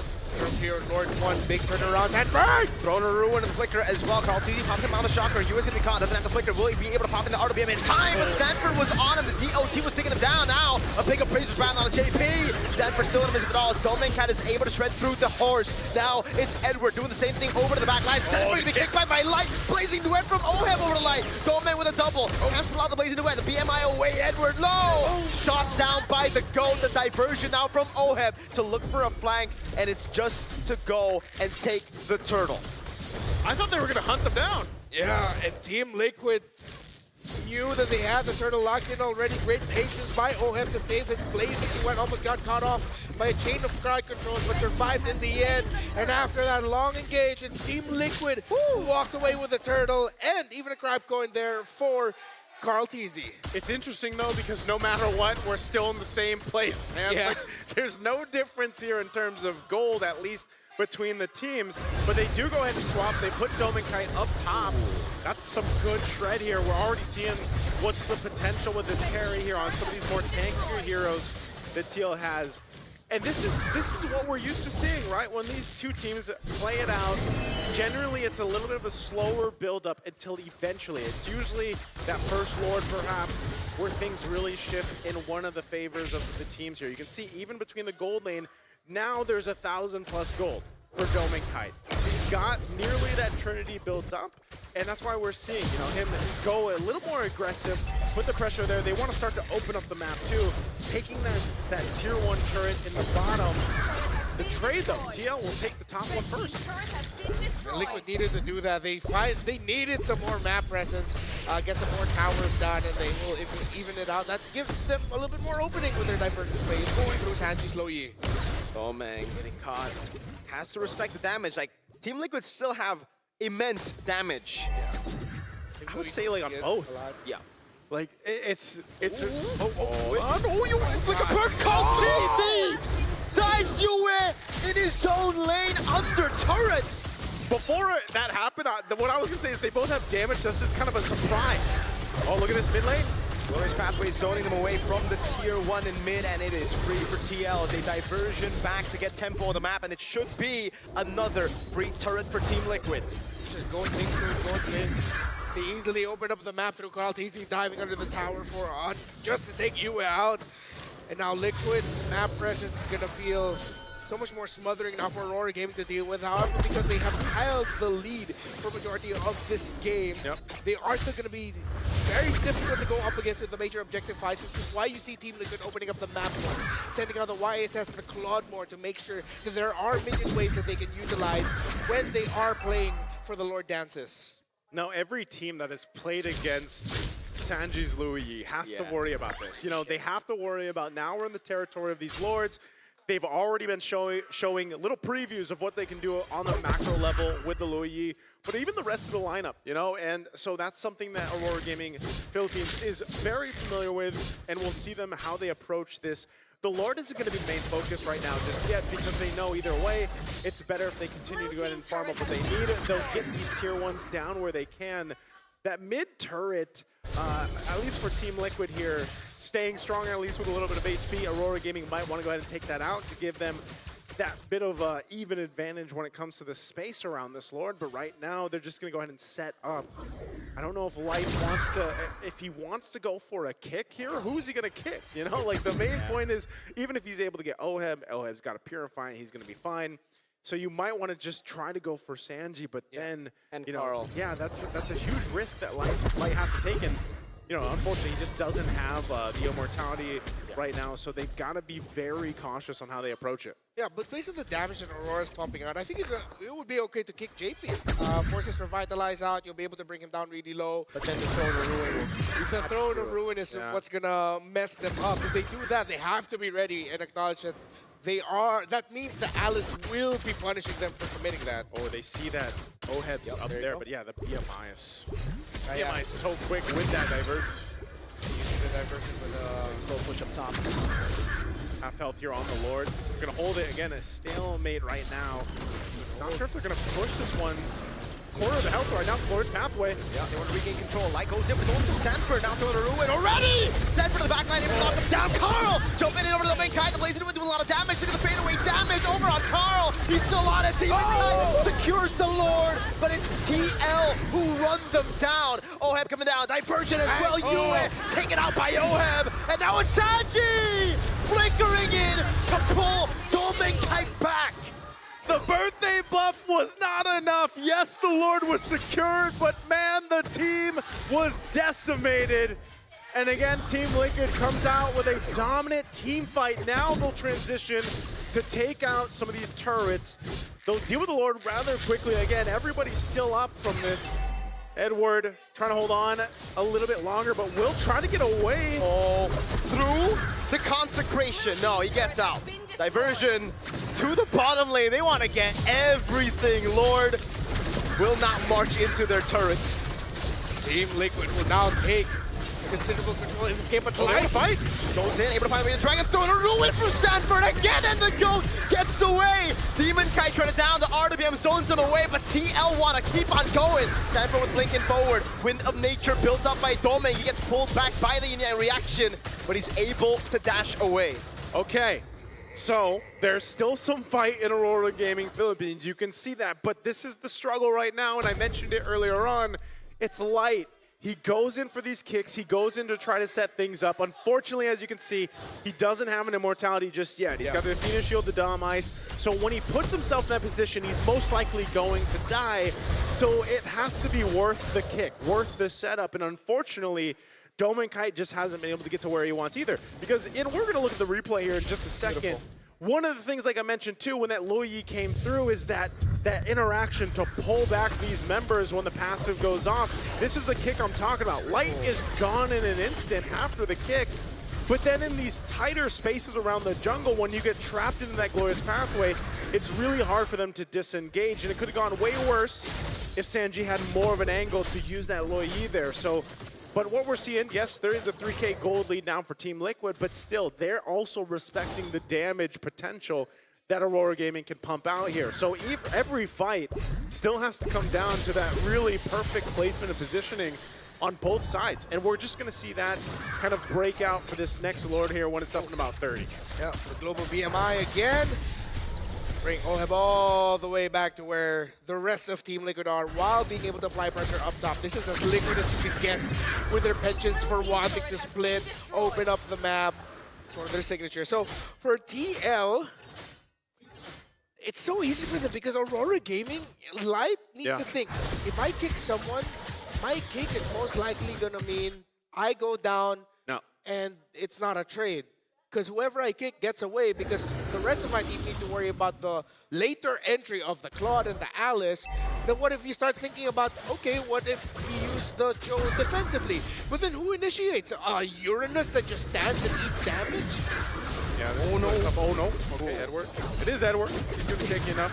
Yeah, but he gets vision, he applies some damage, but he doesn't have control. He just looks at them, gathers the info, but not much reward. Look at Oheb again, the BMI up top, getting the slow push built up as Rora is trying to force their way into the Lord. Kaltizi, addition damage over to Edward, dashes away from the Void Blast. That's a stun over to Demon Kite now as the defense back comes down, and Edward trying to zone him in the backline, but Kaltizi still holding strong with the help of the Traceless. Sanford and JP, they're flicker out of the way, they're dragged by Sanford. Demon Kite looking for the opening, will not be able to find it as Kaltizi gets the Lord, and now it's Sanford in the midst of it all. Double kill already for Carl. It's perfect from Team Liquid. Again, it's so difficult for Aurora Gaming to get into those angles of these objectives and these lords. Oh! Coming down behind. Light didn't expect that. Has to flicker back in. Sanford just always threatening with the blinks. There's a reason why this is one of the signature picks of the chef. Sanji on this low E with that in his hands. It feels like your map is so small with how much control they can play for it. But outside of the macro, the micro decision-making, every team fight has been immaculate by Liquid. Well, here it comes. Lord up top. Team Liquid has their eyes set on the base of Aurora Gaming. We're going to go put some pressure here, walk in with the Lord. How is Aurora Gaming going to respond? This base turret will fall down. Oheb pushing in that mid turret as the wave comes crashing in, but Aurora Gaming will deal with the Lord, so they'll clear out that, but 2 base turrets are now gone. TL with 7,500 gold ahead. Oh my lord, blazing duet from Oheb! And the kill over the way to Dragon by Light, but now it's him disintegrated. They fall under the RWM, but it does not matter. Kaltizi on the double, looking for more, he goes for the Traceless. Oheb getting the kill. Edward popping the consecration as Carl buys the immortality. Team Liquid Philippines takes Aurora down. And they do it just like they did in the grand finals a couple months ago. Unfortunately for Aurora, the birthday buff was not enough here. A close game until it wasn't. And TL played to the macro, just on point, like we mentioned in the draft with that Loyi pick.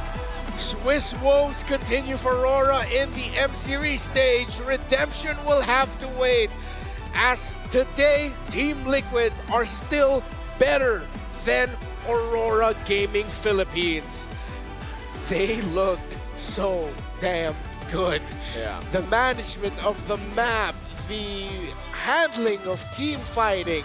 Not just Team Liquid, Aurora looked great as well, but with so much Aurora was doing right, Team Liquid, because of the tools that they drafted into, just made it look easier once they had their items. Yeah. It's just so difficult when you have these many playmakers on the map, dude. Like, you're expecting diversion, but then when you're expecting it, Sanford's the one that comes in with a throw and a ruin. Then you expect both of them, and it's Carl who dashes forward, gets a mounted shocker, solo kills you under your own mid lane turret. That's the GOAT, man. Then there's a horse. There's JP, and it almost felt like with this, they were playing like the entire map. All, like, basically 2 maps. It just seemed like with the combination, man, and every time I see it, I know we've seen it many times, but the BMI with the diversion combo to be able to clear out those lanes, come back to the team like that quick, like, you know, there's just so many little interactions that this lineup allows TL to kind of make use of on a macro level, and it just works so well. Yeah, it was a very smart approach by Team Liquid. They made the most out of it every single time. And for majority of people who watch MLBB esports and the player base, like, they don't see that value of, like, okay, clearing those 2 little minions, the range of the melee, while leaving the cannon minion, because the rest of your minion waves will finish that up anyway. Yeah. Every time they want a sequence, where are they going to diverge into or go off next? The slow push that they already got to form because of the global BMI through the Loyi and the Claude. It's just so brilliant. I don't know, man. It's something about him. It's so beautiful. The damage, the CC, the way they play, the creativity as well. Sanji always, man. I mean, again, it's not strange. This guy's the guy who diverged to the base at the... That was the final game of MPL Philippines Grand Finals. He diverged to the base, and they ended through that. Yeah, and that wasn't the only time he did it. He's done that multiple times as well. That's why I said teams are familiar with that. Yeah. Like, they know. They know if it's Sanji's Loyi, it's tough. Yeah. So who's going to be the MVP? There's a lot of options. Maybe it's the chef himself. A lot of the cooking was centered through him. And of course, 2-0 and 9. All throughout the game, we were just praising Sanji's performance on this Lo Yi. What he was able to do here with the rest of his team. I see the vision, and now the rest of the world has seen it to make sure Sanji does not get a good option to play Lo Yi. And that's what I'll say. Again, there's only, I can count them on one hand, how many players will actually play a Lo Yi. Yeah. And to this level, you know, and again, it's allowed, or it works so well for Sanji because the rest of the team obviously plays around it, and then the team makes it work in so many different fronts, like we saw here. Again, relatively even game, nothing too crazy in that first and second turtle.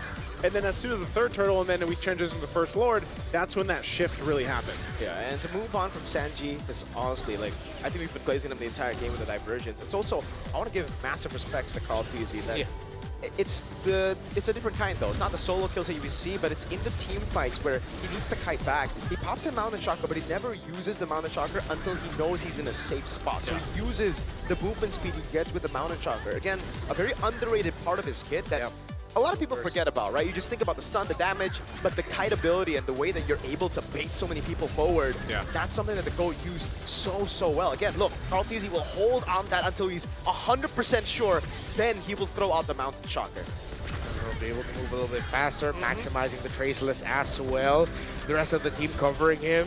An unsung MVP, as typical of matchups that you see here, is the Revitalize. It's a lineup with a Revitalize versus a lineup with a Revitalize. And of course, Sanford, brilliant way to end it there, throwing out the Gleam and then going in with a Flicker, get the Throne of Ruin. Great combo. I was going to say, the other the combo that worked really well there, and those, especially the fights around the jungle, was the Glorious Pathway with the Alice Sanford. Like, you're trying to run away. You just can't, right? Because you're slow to all hell, and then next thing you know, you get Throne of Ruin. And so there was just so many good interactions between this lineup. And I think, again, that's what you see usually. I would say almost 9 times out of 10 from TL with the lineups that they bring to the table. They're just so executed well across the table, and that's why they are the team that is going for that golden road. And they've been so dominant, so strong for so long. I'm really wondering, when you watch a game like this, and like, again, look at the stats here against Rora, right? I have to ask, who is that team in M7 currently that is going to be able to go against TL and potentially give them that first loss?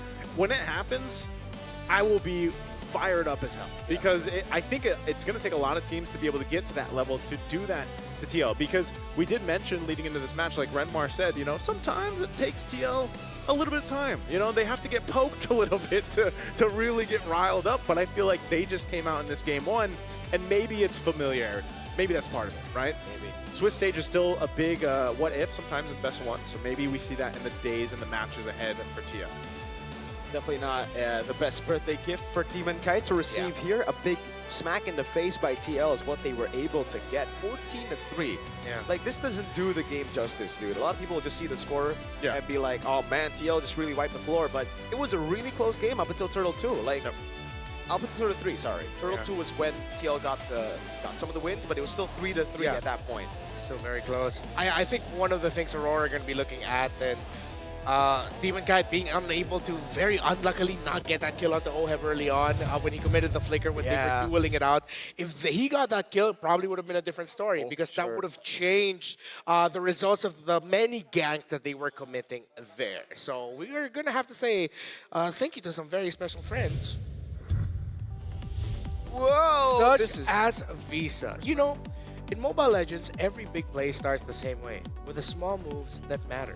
Rotations, the upgrade path that map you out, and the skin you unlock that makes your hero feel like it's yours. Thank you so much, Visa.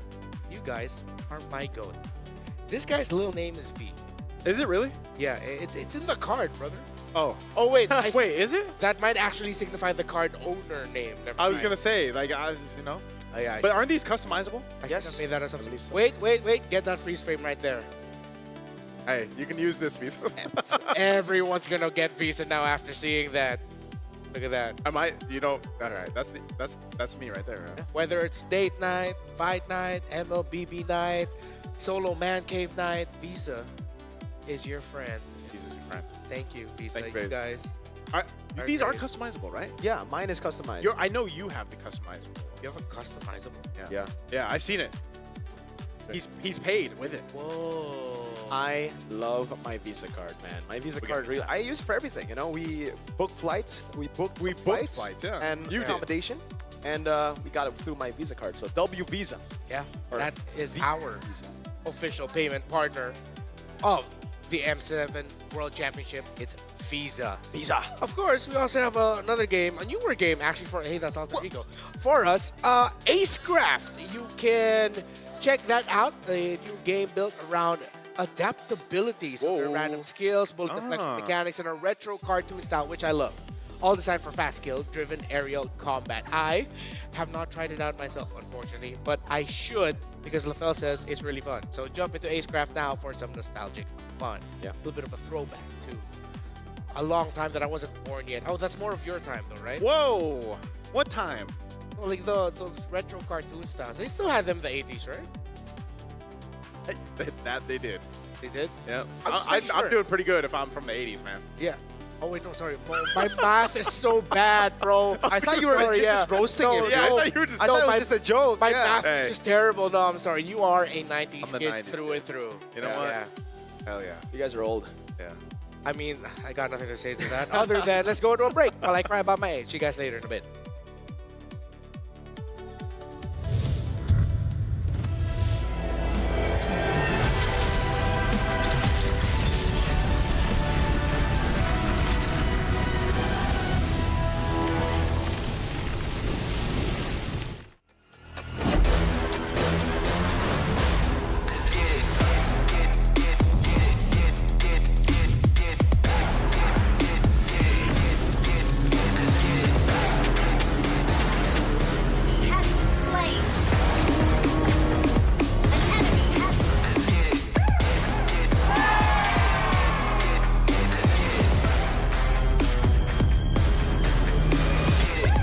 Realme 15 Pro M7 official gaming foam.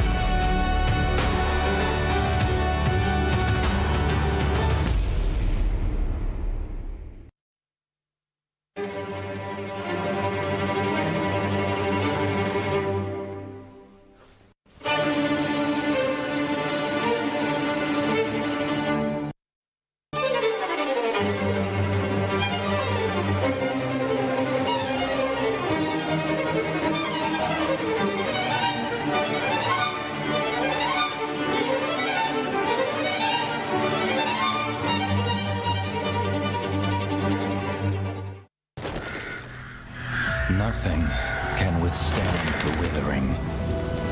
Against the endless erosion, my strength grew weaker by the day.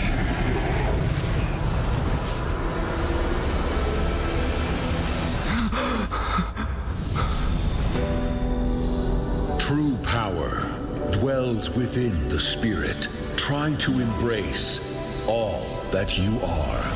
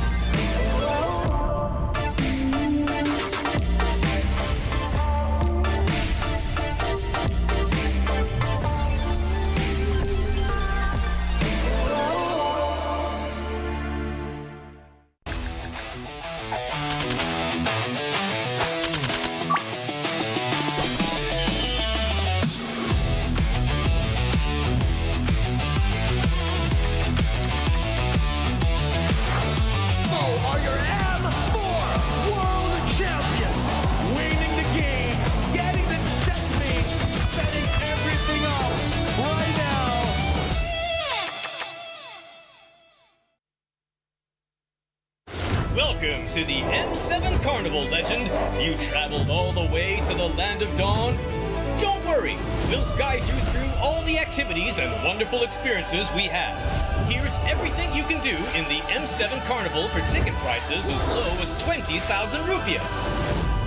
First stop is the Stage of Legends, filled with performances, music, cheers, the biggest M7 watch party, and a special performance from Stephanie Poetry on the final day of the carnival. Game recognizes game in the M7 Carnival, as we'll be collaborating with the NBA. And history is made here at the M7 Carnival, the first ever MCGG World Championship. The Go 1 Grand Final will be hosted here at Stadion Maja Jakarta. So come join us and feel the energy.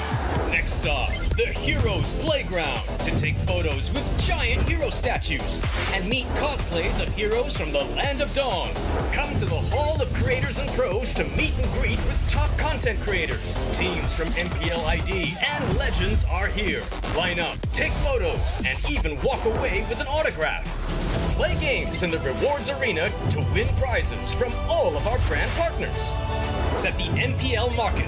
Booths of your favorite teams, exclusive drops, and surprises from your favorite teams. Take a quick bite at GoPay's Land of Dine. We've partnered up with GoFood for your food and drinks. The magic map has shown us all 6 zones in the M7 Carnival. We're calling you to play, explore, and wander. Don't miss out on exclusive gifts ready for visitors worth over 2.5 billion rupiah, including M7 limited edition swag bags, exclusive merch, in-game chests, and special skins. Are you ready, legend? Get your tickets soon, because we can't wait to meet you at the M7 Carnival. What is a dream chaser? Dream chasers are relentless, and they are unstoppable, forever chasing the eternal dream. Düş peşinde koşanlar geriden başlar. Aleyhimize yığılan ihtimalleri aşarız. Мөрөөдлийнхөө төлөө тэмүүлнэ гэдэг бол дайчин хүний чанар. Галт үлтээгээр бид хувь тавилантай тэмцэн. Un soñador emerge de las sombras. En cada batalla forjamos nuestro nombre. A chaser is new to the fight, fierce enough to rewrite history. Kuzeyin ucundan yükseliyoruz. Bir düş peşinde koşanlar olarak dolunun vahşi gücüyle çarpıyoruz. ساعي الحلم نصر عاصفة الصحراء. نحن شتاء صراع ولا نلين. Преследователь, западный дракон восстающий, чтобы доказать, наши клыки все еще остры. 追梦者乃东方苏醒的巨龙，腾空而起，施展群雄。 Kami pernah berada di sini. Kini kami kembali bangkit untuk menggoncang dunia. យើងជាអ្នកកំណត់ហ្គេមល្បឿនប្រកួតផ្លាជារបស់យើងដែលធ្វើឲ្យគូប្រកួតពិបាកវែងទឹក အိမ်မက်တွေနောက်လိုက်ဖို့အတွက်တိတ်ကနေပြန်လည်ရောက်ရှိလာကြတယ်။တားဆီးတိုင်းကိုလည်းရှုံးမခံဘူးကြောက်ဖြတ်တောင်းတာ Ang naghahabol ng pangarap galing sa pinakamalakas na rehiyon, habang iba'y nanonood lang, kami ay kumikilos na walang pagdududa. Kami menguasai pentas untuk menyempurnakan legasi kami, meraih kembali apa yang sepatutnya menjadi milik kami. Seorang pengejar mimpi bergerak seperti Phoenix, terakhir kembali dan ditempa proses. Sebagai pengejar mimpi, kami menguasai langit. Kami akan merebut mahkota dan menumbangkan para lawan. Ang humahabol ay kumikilos na parang hari. Kami ang mga hari at ipagtatanggol namin ang aming trono. 16 chasers. 16 dreams. M7, this is where dreams collide.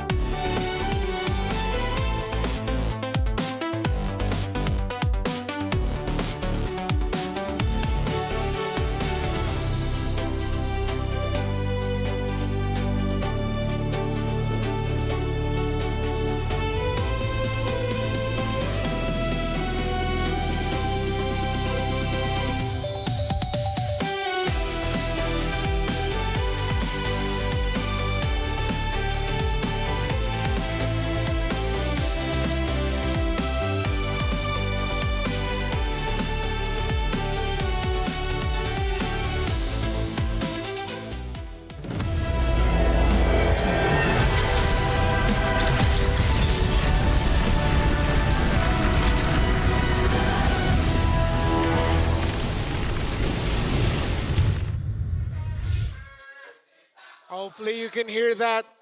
Right behind us are the Alter Champs. A reminder of the energy that Indonesia brings to the MLBB stage. Welcome back to the final match of Swiss Stage Day 1. My name is Renmar, still here with Mirko and Naisu. And I was telling Mirko this earlier. Me and Naisu have to get used to this, huh? Why are you not telling me that? No, because I mean like, because I said me and Naisu have to I get can't used hear to you, this. bro. Yo, you can't, okay, that's why, yeah. This, just for you guys, this is information. This is what me, Eterna, Arashi, Gani realize and Sheffin deal with every single day in MPO Indonesia. Not just in playoffs. Obviously, that's another level in playoffs. Yeah. But just in the regular season alone, this is what the fans do on a regular basis. They bring their drums, they bring their loudspeakers, and they would just chant their songs. And it's, honestly, for me, it's amazing. I feel the hype that way. That's why I was getting kind of sleepy in some of the matches before, because it was stomps and the crowd was just, chill. Now that we have the Ultra Champs in the building, I am so energized. Yeah, these are the Ultras signature to MPL Indonesia. You can hear it going off. Again, we're coming off of the result of Aurora versus Team Liquid, where Team Liquid defeated Aurora yet again. Is all of the pre-show just going to be us doing this? Yes. This is what's going to happen for the majority of it. We're going to have to talk through it. We're just going to have to feel the energy and keep on going. You know what this reminds me of? Remember when we were in M4? Yeah. And like we were up in the caster booths, and then right in front of us, this was my first experience with Indonesia. There was a band. Yeah. Right in front of us. Yeah. And the trumpet was right here. Right. Or I think it was a trumpet. I don't know if it was, but right in front of you guys? Yeah, literally right in front of us. And just again, put it into perspective, that was right after COVID. So it's after a while of not doing that. They finally got back to doing that. They've been doing this for years now, so they're ready. And hopefully you're ready for this. The last match of Swiss Stage Round 1. It's Indonesia versus Turkey. Round 2. As we already got to see another Indonesian and Turkish team go up against each other. Boostgate Esports almost could have defeated Onyx ID, but they slipped up and it went to 30 minutes, and in the end, Onyx gets the W. Now this time, the flag bearer for the longest time for this region, Aurora Gaming, needs to redeem their organization and their country. Double pressure for them as Aurora just lost against Team Liquid. I can't help it, man. Let's just vibe, bro. You gotta vibe to it. You gotta vibe to the chance, man. I was saying, I can't help it. Speaking of Aurora Gaming and how they're gonna be able to, again, rise to the occasion, they're gonna have to deal with this too, right? We're talking about us having to deal with it, but imagine being the opposition. Imagine being the competitors up against this kind of team. You've had the experience before, playing in Saudi Arabia for EWC. You've had the experience of playing in M4, but again, that was a different type of crowd. Alter Champs are known for being a lot more chaotic. RQ, they're very coordinated. Evos as well. Alter Champs are rough. They are really going to be yelling at their opponents when they make mistakes. Yeah, and it's been a while since Alter Ego made it to the M Series. They were 4th in M2 and has been finding their way back onto the international stage until now. They were very happy, Naisu, when they was finally seen and very understanded for them. I'm forgetting how to string sentences together now, that they will be making it back to the M Series. They were all very happy. Yeah.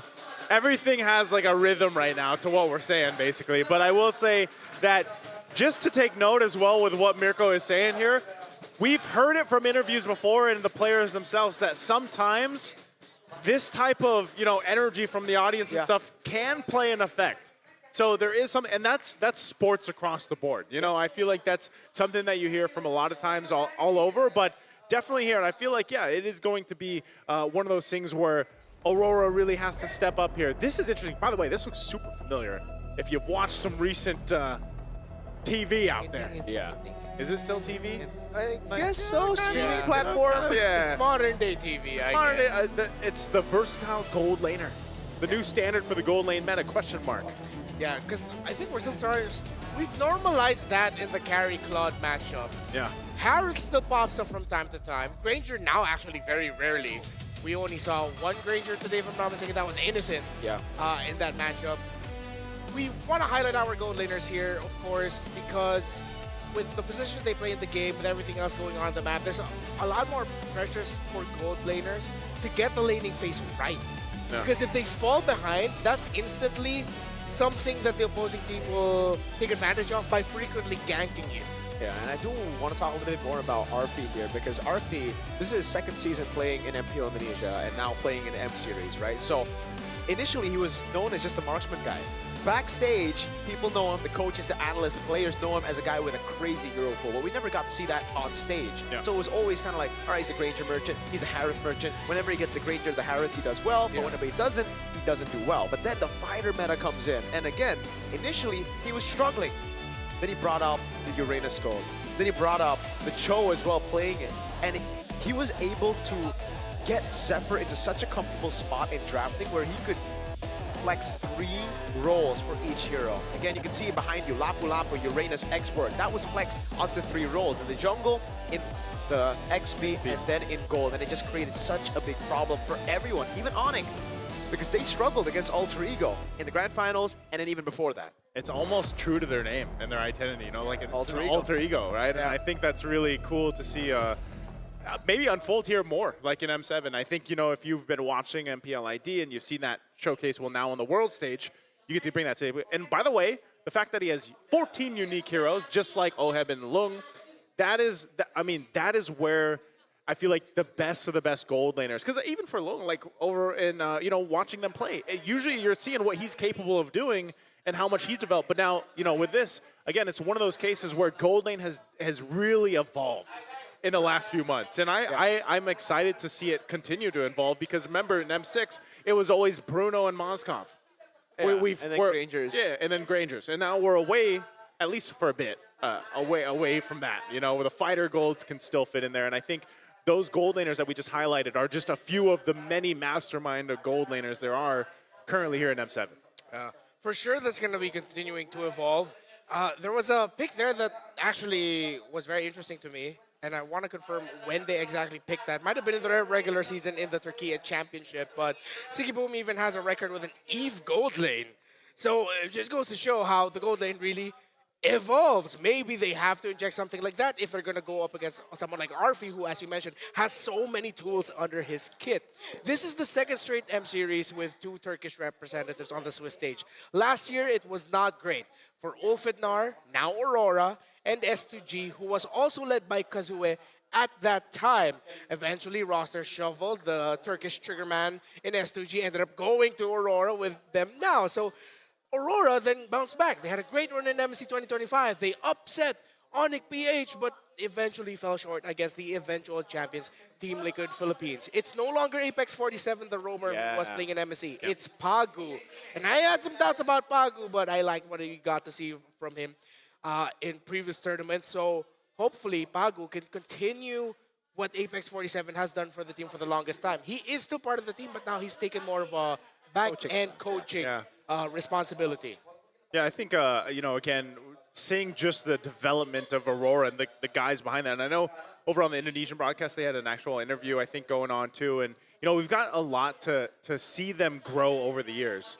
And I just feel like they're one of those teams that has always been on that path of almost like a redemption, or like, let's just, like, they almost get there. Yeah. But it's like they've been continuously trying to get to even that final 2 spot, you know, to get to a grand final. And that would be one of the ultimate goals for them. And I feel like that can also be said about teams, for example, of like Team Spirit.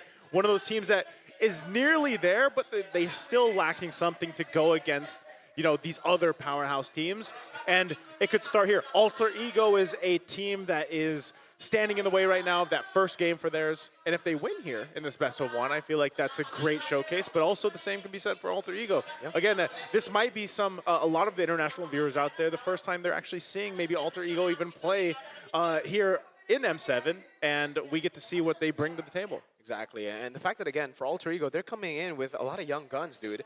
Some of them, well, actually, most of them aren't rookies, right? The only rookie that you see on Alter Ego is Yazuke, but this is their first international debut. This is their debut in an international stage. Even for Nino, the guy who's been part of the roster since Season 7. So right after the M2 run, he joined in Season 7, middle of the season when they were struggling, and he was the star at that time. He took the spotlight away from big names like Selly Boy, like Udil as well with the Benedetta gold lane, Yuzong gold lane.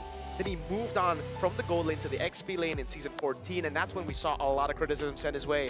He was just an XP laner that just didn't fit at the time because he was already very, very good on the marksman, had to switch his role. But then you see them here go through that arc of being hated by even their own fans, being eliminated in day number 1 of playoffs, not making it to playoffs as well, to now making it to the biggest stage. It's the same story for Alec. He had to go down to MDL. Yeah. Came back last season, and now he's here. So it's them coming in with full confidence, knowing that we've gone through our fair share of failures. We've gone through that arc, and now it's time to prove to the world, because Alter Ego, doesn't matter the time, doesn't matter the place.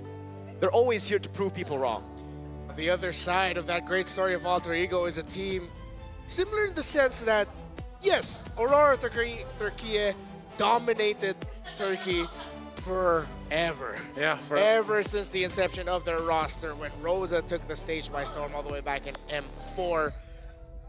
But they just could not get the international results that we've always thought that they could get. Yeah. They never got to cross that hurdle, but this is also a team that has had to grow, adapt, and evolve with new faces. Playing with each other for the longest time, multiple iterations of the meta. At one point, Rosa, who's known for playing mages, was playing fighters really well in the center of the map. So this is a perfect way to end the first stage of Swiss here at M7. Two teams who, across multiple years in their own right, have had to adapt and evolve. And I couldn't write it any better. It's actually really cool as we got to hear the stories of both teams, that is the relationship that they have. Yeah, and I know, that's a lot of story here because there's a lot of rich story and experience between these two teams. All the teams here have had their own journeys and stories leading up to this. And again, it being Swiss day 1, I know this is all their first games for all the 16 teams here, but we've seen it before. If they can get on a strong start, get that 1-0, and we'll see this after the match. By the way, the draw will be after the match, right? So again, that can be really a deciding thing for the teams ahead of them. And again, I think this one specifically is a very, I would almost just say evenly matched, based on the experience, based on the journeys that they've had here, and what we've seen in their own respective journeys and regions. This is one of the big parts.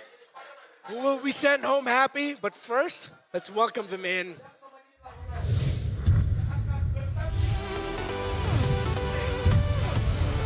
Earlier today, we saw a Turkish representative come up short against a local team. Can the champions of MTC exact vengeance as we witness another round of Turkey versus Indonesia? In the lanes, we've got Lunar in the XP, TNC in the jungle, Rosa in the mid, Pagu in Rome, and Sigiboom in the gold. Give it up for Aurora Gaming! Great reception as well from the Indonesian crowd. They're not just showing love to the hometown boys, they're showing love to the guests in Aurora, Turkey as well. But this place is about to explode for Alter Ego. So Mirko, introduce them, please.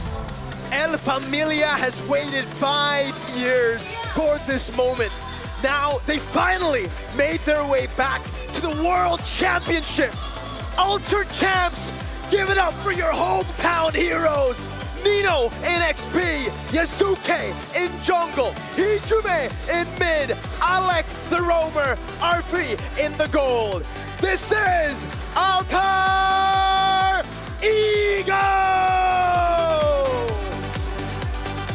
The three masks are flanked by an entire crowd filled with Indonesian fans.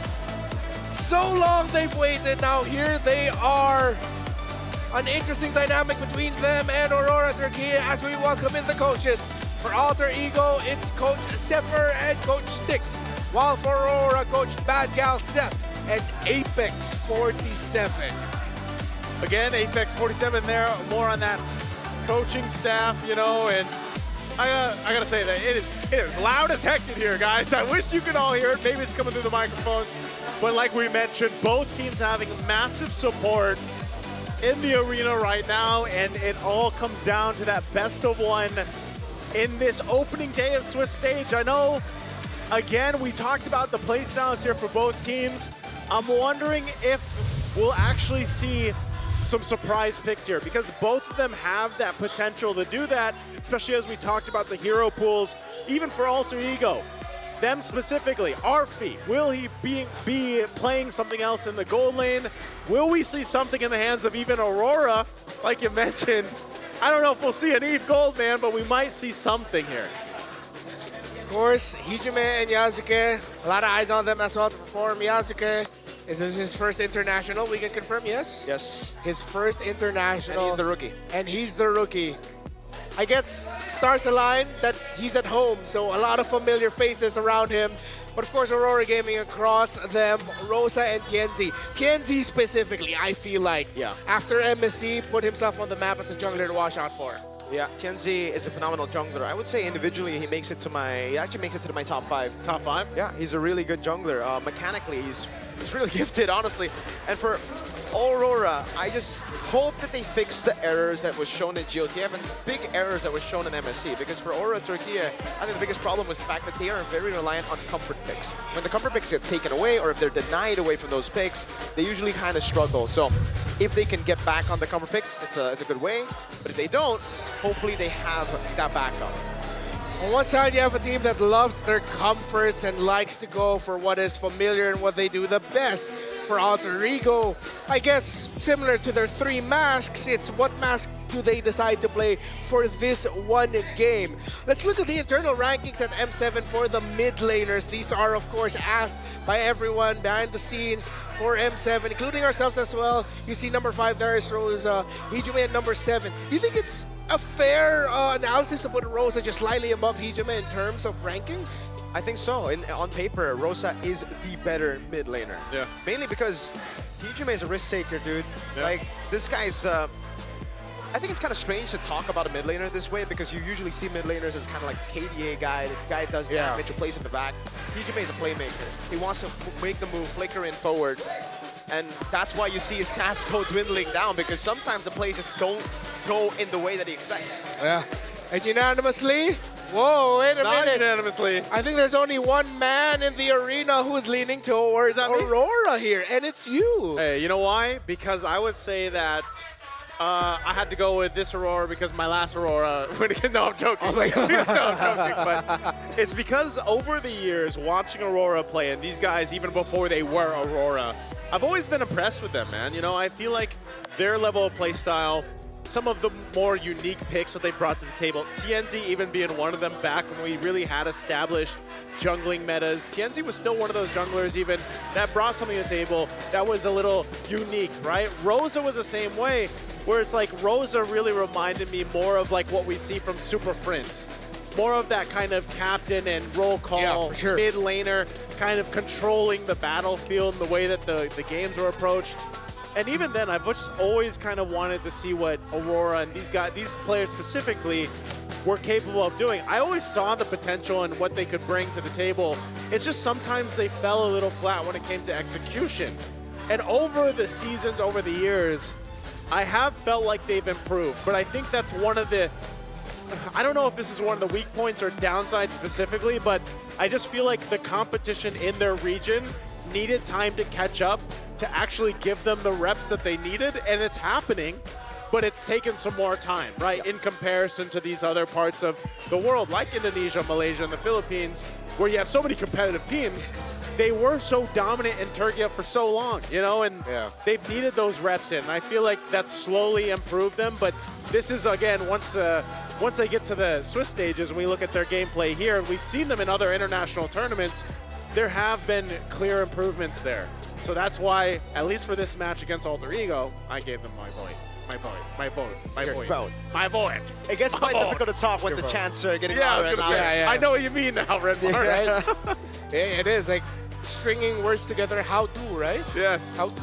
How to drink. But it's really fun, honestly. It's great. I'm not used to this kind of energy. And I remember I talked to Mirko about this, and everyone else in the MPL ID talent pool is like, I've never seen and felt anything like this ever before. So it's really cool. I mean, we have like some drums in the Philippines. Yeah. But by the way, this has been going on since before we started. Yeah. In the Philippines, it goes on for maybe a couple minutes. Yeah. And then it dies down. Absolutely. And yeah, that's a thing that we have for Indonesian fans, man. They are really passionate about their teams. These guys are the ones who stuck through. during Alter Ego's days of not making it to playoffs, they kept on supporting their team, and it's kind of like the culture that you have when I think it's not just Indonesia, but it's like the football countries. The countries who have football cultures and football teams. Once you pick a team, you stick with it, man. Yeah. Football, I say it's MLBB culture at this point with what Indonesia has shown to the world of how you can support MLBB esports. Coach RC and Coach Tic Tac are right in front of us vibing to the drums. They are vibing. As we head into the draft of this very first game, I'm sure also Coach RC definitely not foreign to this as he was here at the heat of M4.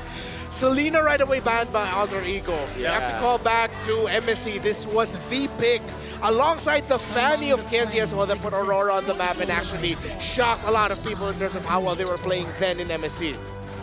I'm wondering too, you know, I know we've been talking about some of the interesting picks here as we get through this first phase. The Kaleo's open, do they just go, like, is that something Alter Ego would do here, Mirko? Would they just go with a roam? No, they just go for juice in here, but usually, again, the meta has changed by quite a bit from when they were able to actually flex 3 heroes. So I think they're going to go for much more of a traditional opening into later maybe some flex picks. But yeah, the juice in comes in after banning out the Eve. I think at that point, Alter Ego have already kind of set up for the juice in. The Claude though, and the Gathon becomes the choice for Aurora. Gonna get another early Claude. I don't think it would be too weird for Alter Ego to just lock in the high loss right now. Yeah. Match and revitalize it at the same time. We've seen apparently a Claude high loss is actually enough to stop a Claude entry. If you really just time very well, you're stunned. Okay.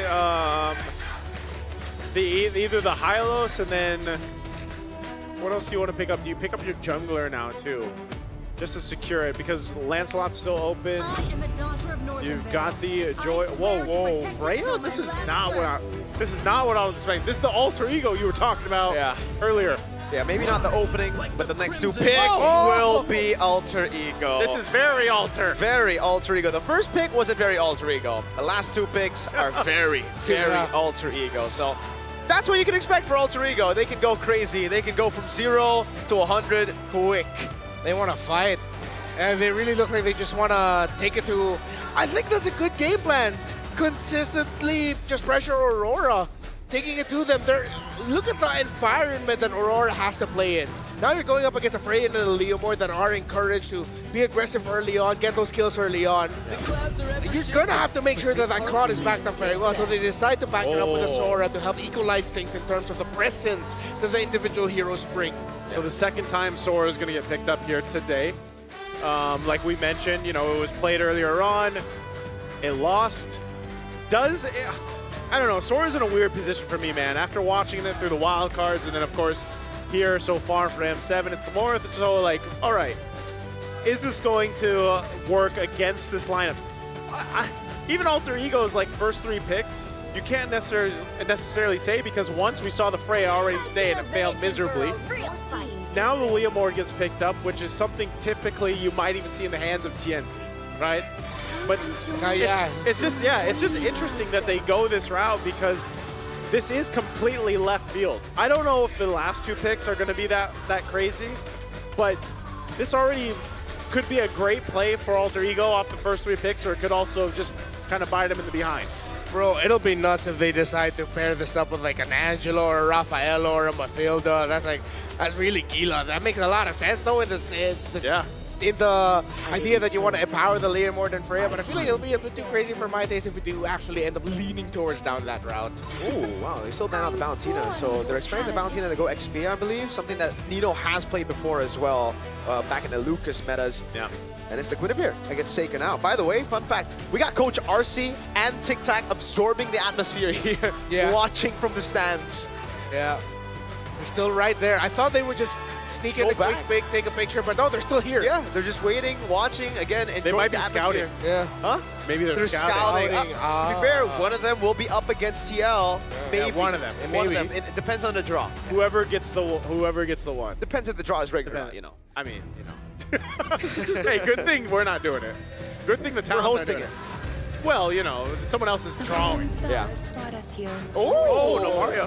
Very Aurora. Actually, when you're up against a lineup that's very aggressive, you'd want to get more crowd control or get vision, and at least this is what you'll provide with a Navarre. Maybe even whittle them down real quick with a quick blast to see if we can get that. But the last pick here for Aurora needs to be something that goes a little faster, because right now, this lineup that Aurora has looks like it can just get trampled through by what Alter Ego already drafted. I'm actually curious to see how this Freya actually works in the hands of Alter Ego. Yeah. Just because like I was so excited to see it earlier. There it is. CG. Oh, unfortunately. They are speed. Yeah. CC and Nihilus. Bro, all this is so aggressive. CCXP Freya gold. Right? Yeah. CC. Freya XP is way too slow in this. Yeah. Should be the CCXP Freya gold then. There you go. Yeah. What if the high-lows plus the Leomar, man, they are very fast. Like, when they go in, they go in. They got 2 horses, man. They got 2 horses, a guy who teleports, both ladies that jump. It looks like Alter Ego wants to put on a show for the home crowd. There's a saying in professional wrestling which is send the home crowd happy, or send the crowd home happy. There Set we go. or send? Send. Okay. Send the crowd home happy. I feel like I've lost about 30% of hearing right now. Yeah, it's but, okay. You know. After the very Filipino game we got in the previous one, it's Alter Ego coming in. Let's show you how we do things in Indonesia. Call it whatever you want. It is entertaining as all heck. This is what the Swiss stage is all about. Best of One is all about. They get the damage. But there's just something theoretically when I'm looking at the lineup of Alter Ego that just looks so devastating to deal with. Yeah. And they ended up with a Nolan, so they're going to try to steamroll past the snowball of Alter Ego. They're going to try to out-snowball the snowball comp. I don't know if you... Can they out-snowball the snowball comp with this? It's way too hard. And that Nolan last pick, dude, when we saw it, you know? Yeah. Last time we saw it was really, really good. I am surprised that the lineup rating actually favors Alter Ego here with all the crazy picks we see. But it is, yeah, CCXP, Arfi on the Freya gold. You can see how everything just... Wait, sorry, does this add to the 14? Is this 15 or has he played this? No, he's not playing Freya. This is 15. This is 15. He saw the stats earlier against OM and Logan. He's like, I gotta be number 1. He's gonna one up it. Again, the question is, who's gonna go home happy? Is it the Indonesian fans or Aurora going back to the hotel saying, "Wow, I can't believe we got to do that in Indonesia against Alter Ego"? Let's see. It's the one and only game that they'll be playing here. Well, let's see exactly how this happens too as we get a look here across the lanes. I mean, even so, you know, the Sora in the lane, how do we feel about Sora right now in the lane? Laning-wise, I feel like, especially against the CC, you're going to have a bit of a difficult time, you know, in that lane. You can see Lunar went with a concussive blast. He's actually taken a ton of his shots with the Yo-Yo Blitz, too. He might actually just have to go regen. Actually, going to be quite tough as well for Rosa and Pagu. They've been zoned away from the wave. And again, yeah, Nino just really taking this lane kingdom. Okay. Yeah, zoning out. Let's take a look at the emblems here, too. This is what I wanted to look at. Yeah, for Arfi. He's got that, yeah. Oh. Wait, Tienzi.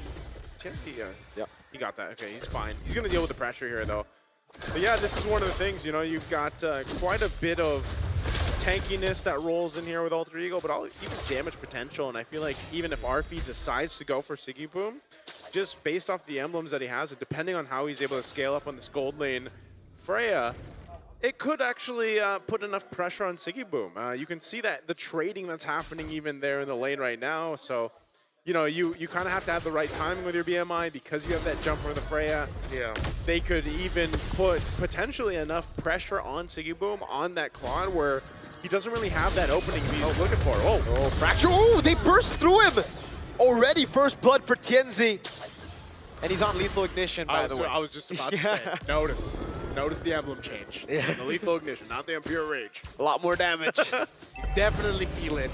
And that's a great start for Aurora Gaming with that takedown onto Alec. It was really just the taunt as the main crowd control. Maybe a little bit of the stun from the Nova, or the damage mainly from the Nova and the Nola together. Still, that doesn't stop Alter Ego from wanting to take this turtle without a problem. They know they have the lineup advantage there. And even though Rosa tried to steal it with a shatter, Vienna is Alter Ego who gets it, no problem. Okay, first objective secured for Alter Ego, even though they traded for a kill in the hands of Tienzi. Tienzi will go ahead and use that to scale up, and I feel like, you know, this might be even a little bit of a different build path that we see here on this Nolan for Tienzi. You can see how much work, though, is actually used here by Aurora Gaming to go ahead and secure these buffs and the space in the jungle just to keep Alter Ego out of there. As we take a look here, the Realme 15 Pro 5G, once again, the M7 official gaming phone. here for our players, and that's one of the things, man. I think, you know, this is very reminiscent of the early game that we saw in our previous matchup between the Philippine teams. So you see Arfi actually very present in the map, going out of the lane a little bit more. He's just fast clearing, going into the jungle, whether it's his own green camp or the green camp over there on the other side of KNZ. So we've been making it felt and doing his best to get as much damage as he could. Oh, this could be it. Arfi to get a turret shot there. Goes over the ultimate as well. Over on Siggy Boom. Is able to dish out a lot of damage. After turret goes in, Arfi has to flicker out. 1 HP solo kill! Siggy Boom gets the dub in the bottom lane. That was too bad that he took a turret shot, because that one got him down, man. Arfi way too heated and wanted to get a kill there onto Siggy Boom. Paid for it with his life. AOG? Flicker out though. Pago's gonna be caught in a tough spot now as it comes to Beacon, is able to lock him down. Lunar in the backline, jumping on the Hijume now, goes in for the damage as well. Under turret, Hijume taken out by Lunar.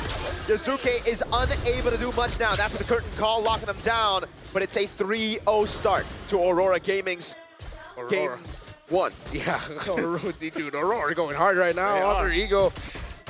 We thought it'd be a different story in terms of what we're seeing in this early game, but because of the overzealousness, the aggression, over-aggression maybe, from Alter Ego at the end, it's Aurora Gaming with a 3-0 lead. Still within punching range is Alter Ego, and definitely going to take a lot more time for Siggy Boom, but it does help that he did get that kill early on. He now has a corrosion sight in his build.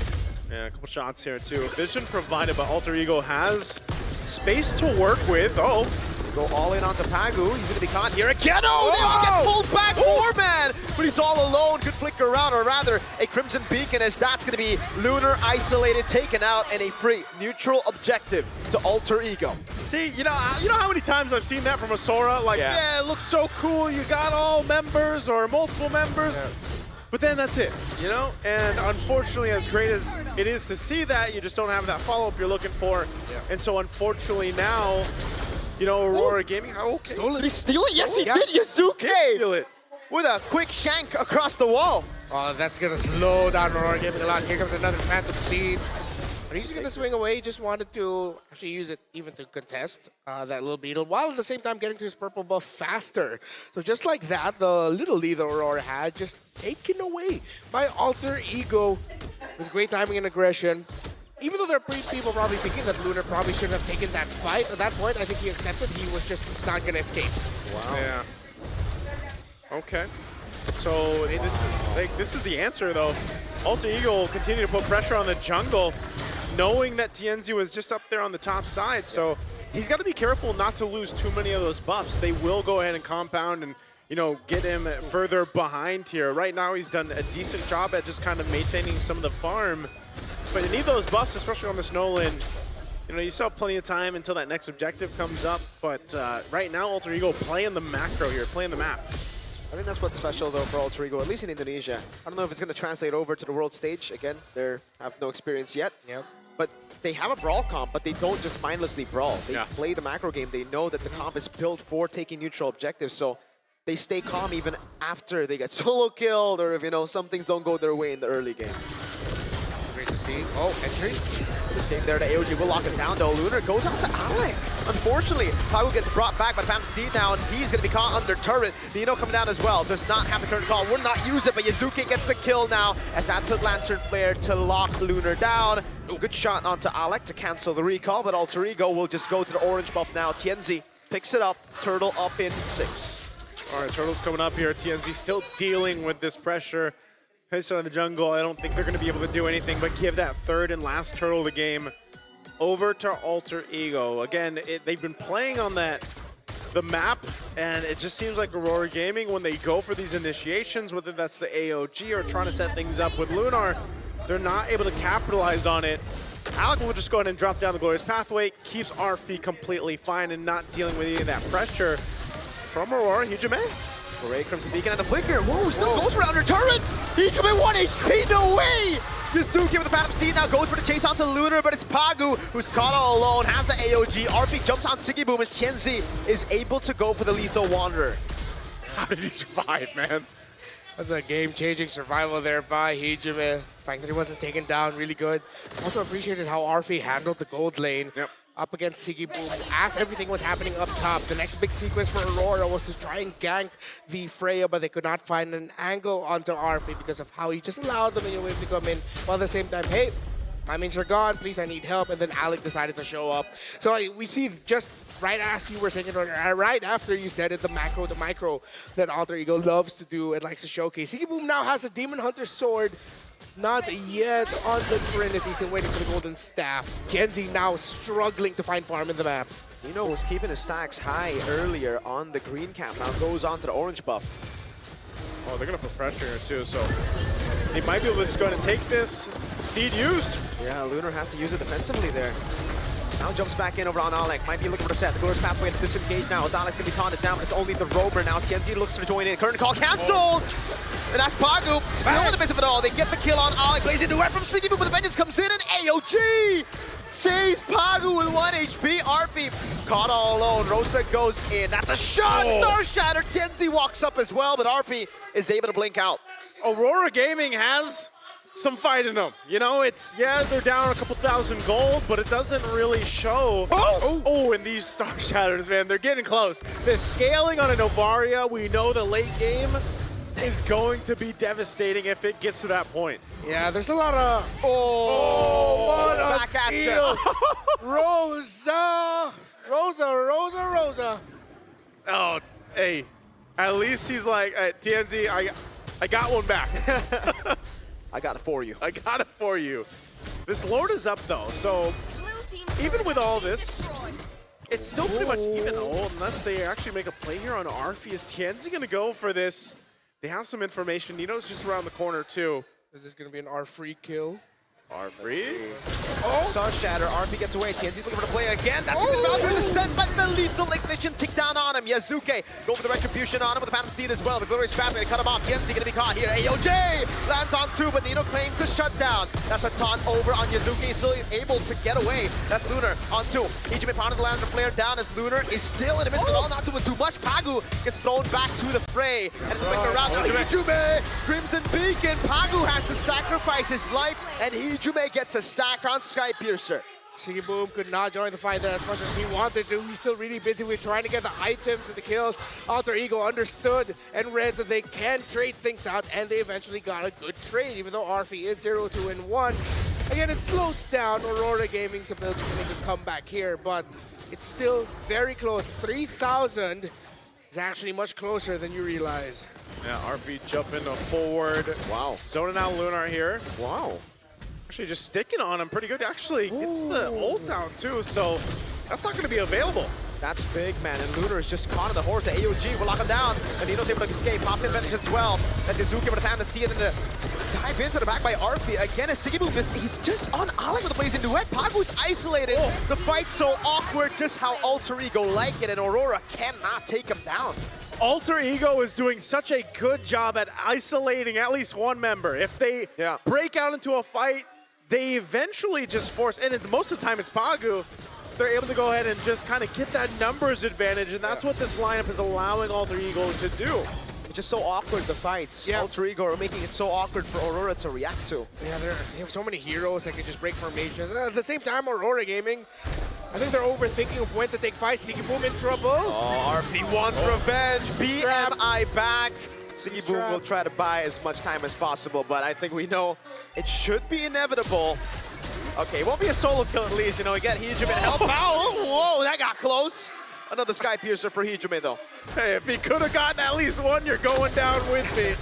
But it doesn't happen. Bought some time, but still, nonetheless, Aurora Gaming is now once again on this defense, trying to go ahead and stay into this game a little bit further, but look at the pressure still. Lunar. Oh, Valkyrie descent over on Tienzi. He gets caught by the taunt, goes back in onto Tienzi. Will die for the 3rd time this game. Well, I feel like RP kind of isolated himself there. You know, he's like, I'm gonna go for it, and didn't necessarily need to. You know, there. Tough experience for Pagu and for Aurora Gaming. We see their gotcha falling down real quick. I think Pagu's also getting baited into some of the fights that he's engaging. The last big one, way too early to pull the trigger. Oh, Lunar. It's Alex and Hijume. Careful here. Back. Okay, they're not gonna go for it. Good defense though. Glorious pathway coming down. Ijume to the flicker in action. That's Siggy Boom who's diving onto Needle. Flickers it as well. Has to be in my back, but I don't think that's worth Flicker for vengeance. Yeah. Should not have expended it. I think he was way too hungry to just get another kill on to his belt, but he didn't need to. But Aurora Gaming still showing that they are still fighting, but every fight is so difficult with your formation getting easily broken. Yeah. We surprise flicker forwards from members of Alter Ego. The flags coming in from either Yasuke, mainly through Arfi with his late entrance as well. Yeah, right now Lunar is gapped. He's the most gapped on this side of Aurora Gaming, you know, and eventually when he catches up, I think he'll be able to help himself a little bit longer, surviving some of these fights, because right now on the Sora, and this is kind of what we've seen, right, so far throughout the tournament event. Oh my lord! Hey, that's gonna help him. That's a shutdown. That's a big one. Sky Piercer also down. Wait, there's a lantern also at that Novari. We all know when Novari gets that lantern, every Star Shatter that you feel is actually going to hurt significantly more. Yeah, the late game is definitely Aurora favored. Oh. We saw that in the stats of the rankings earlier for the lineup rating. Yeah. Alter Ego. Ijume, wonder if he's going to seething that he allowed himself to be put in that situation. Definitely Aurora still in this. Slowly opening up the map, but Alter Ego have done a fantastic job of making sure that minion waves will not be in favor of Aurora. They are handling the map well. Yeah, it's kind of interesting how in the past, couple of minutes, Aurora Gaming has, you know, gotten them in a better position to take this next Lord, or at least contest it. So now I think Alter Ego, even despite them, you know, maintaining the majority of the game a lead here, they've got to be able to respect on what Aurora Gaming can do now. Even with that Malefic gun being picked up by Sigiboom, and TNZ has been continuously putting out some pressure, right? Putting out pressure on whoever he can find here from Alter Ego. So now with the Lord being up, we'll see how they decide to go ahead and position themselves. And like you mentioned, Redmar, a big component right now that Aurora Gaming's lineup has is this Novaria that has scaled up really well up into this point of the game, 15 minutes in. Those Star Shadows, but also just being able to catch out the members, open up some of the hitboxes, and provide vision are all great things that a Novaria allows here. Because like you mentioned earlier too, man, Pagu has been, you know, some of the AOGs he's used. Ooh. Oh, Alec? Control all in onto Alec. Oh, RB in the back line with 5%. Tienzi's gonna be caught, still able to dash away, but it's Yasuke who goes through two, and it's the carry. Tienzi and Sigiboom falling. Nino in the back line, zoning them away. Lunar will fall to Ijume. Rosa still putting out the abilities to clear out the waves. Alter Ego. Do they go for the turret or the Lord or both? They're going to push the turret, it looks like, while they work on the Lord simultaneously. Pagu's going to try to do what he can with Rosa, but man, Alex, he's going to... Oh! Massive Star Shatter from downtown. They were threading the needle, man, and Rosa wasn't going to let him get away with it. Yeah, slightly larger hitbox coming in big time. And now that Novaria has a Divine Glaive, and I'm pretty sure the Resonance from the Lightning Trojan helped out as well with that big engagement by Alter Ego. That's exactly what we were talking about. So many angles they could be coming from. In the front, you're getting hit by Yo-Yo. Next thing you know, there's a massive horse right behind you. Oh, Pog? Okay. That's orange taken, though. Yep. So this Lord's making its way down bot. We're going to take a quick item check here. Still, Lunar is massively behind. But even with these items, I mean, he's got an Oracle, he's got the Brute Force, he's got some leg plates, a little bit more here. But it just seems like they're going to have to set up a ride time. Pagu does not have AOG. He's isolated and taken out. Ijume gets another stack. Star Shatter lands on Yasuke. The Lantern as well, taken down on him, but he's still able to survive, and he gets back a big chunk of HP as the Lord charges down on the bottom lane turret. They'll be able to take it down. RP taking low. Tienzi fractured. Deals with the Lord. Aurora Gaming's lineup will live and die by the Novaria. Alter Ego.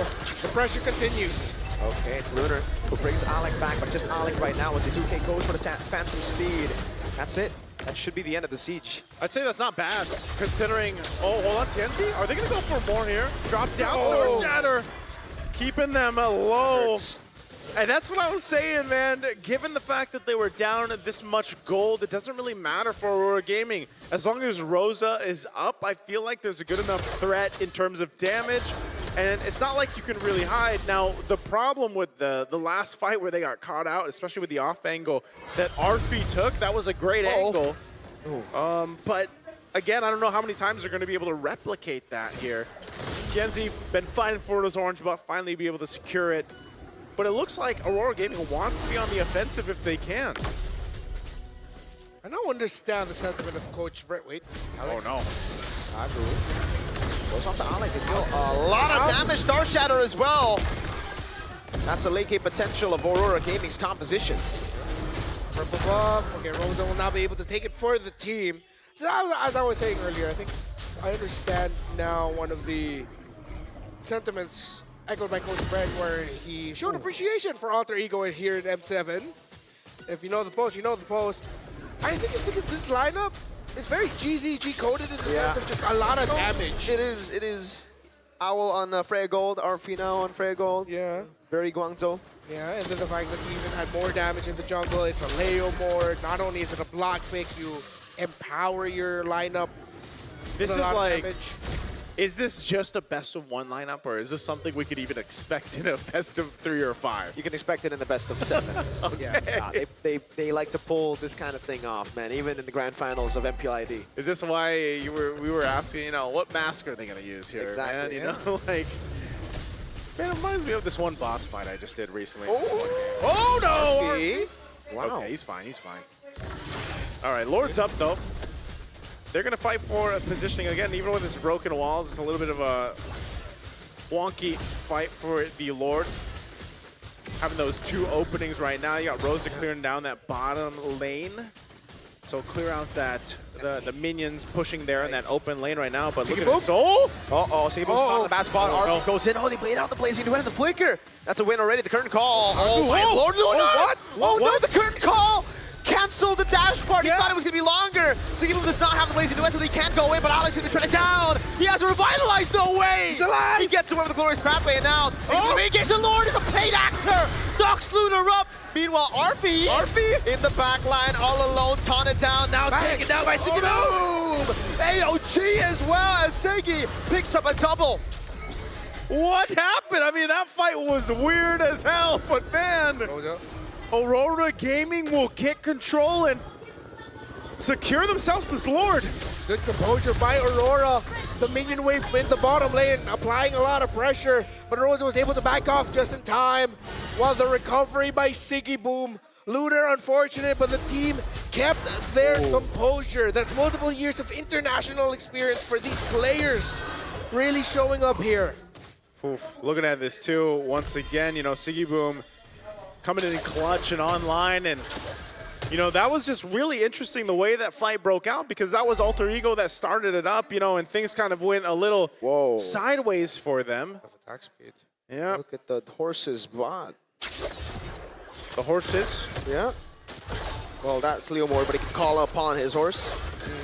Yeah. Got a cooldown reduction. Oh my god, they're going to go to flank. TNZ? Seal in, TNZ stun. They're going to go all in on TNZ. Can't buy the immortality in time, and they get a trade. 1 for 0 as the Lord is up top. Now Aurora don't have 5. Looked like that was a massive misread by TNZ and the rest of Aurora. They were shadowing him, but they just didn't expect that they would already be holding those positions, Alter Ego. And now because of the Nolan being gone, Alter Ego will be able to quickly defend mid, top. Still probably going to get pushed through, but it's a big question of whether or not it will make it to the tower for the charge. Alter Ego will try to stop that from happening. Yeah, they should be able to go ahead and clear out this Lord, even if it's evolved. So still, Alter Ego being able to keep their base turrets, and that's exactly what they wanted to do. So that play down bottom and that misread from TNZ gives Alter Ego that chance to go ahead and kind of recuperate from what happened in the last team fight. Potentially, if they go ahead and choose to fight, which that could happen. Again, both these lineups have the potential to make a fight happen out of nowhere. And, you're 40 seconds away from this Lord. We could potentially see the same thing where they just try to make a play off the offside of the map, put pressure where they can, or just go out and fight for the Lord. Now, like we saw from the last team fight, with what Arfy is now feeling on this Freya Gold, it's his positioning is more important than ever. Yeah. It's great if he can go into an off angle and kind of sandwich the players of Aurora Gaming, but that's not happening. It happened like once or twice, but now Aurora Gaming is playing in a much more defensive positioning where they're not letting that happen. And when Arfy jumps in and he uses everything that he has, then he's kind of just a sitting sitting duck. Yeah. It's a good thing about that. Oh, wait, concealed by Aurora. Oh. Just for pokes. Oh my god, wait, Lunar might have over. Oh, yeah, definitely. Okay, that's Shizuki with Phantom Seed now chasing all the way. Lunar is able to get away. The AOG is there. And they get the Echo on Yazuke. RP with the flank coming in. Valkyrie's descent over on TNZ. That's Ichime with a jump in back, but TNZ's able to buy the immortality in time as RP's almost able to take him down. Pagu isolated in the back line. Lunar gets away just barely. But Pagu has lost his immortality, and now it's a kill. That is an advantage to Alter Ego. I was about to say the good thing about the Alter Ego lineup is that, okay, if it's not Arfi and Freya going for the flank, it's other members. In that specific one, it was Arfi, but Aurora are still fighting this. Revitalize, though, changing the tides of the HP bar. Star Shadow from the side. The curtain call again stops Lunar from going in. Oh, man, with that one shot. Oh, Yusuke? Oh, my lord. Rosa is a problem. This is what I was saying earlier. I was saying this about 8 to 8 minutes ago where I was like, man, as long as Rosa is alive and those Star Shadows are connecting, Alter Ego is not going to have an easy time to go ahead and approach it the way they want to. We'll see if Aurora Gaming's actually delay this Lord even further. They already get a beacon out. What is Alter Ego going to do here? Glorious Pathway as well as the Astral Echo will land on 4 members there. Star Shatter landing on Alec. Glorious Pathway already down. Now it's going to be Sticky Boom with the blazing duet over on Nino. He goes in all the way. Immortality by Nino. That's Shizuki knocked up in the Lord. Immortality by Sticky Boom, and Shizuki still on the Lord and will be able to claim it now. Alec loses the immortality, but Arfe is able to get Sticky Boom down despite the RGM buy.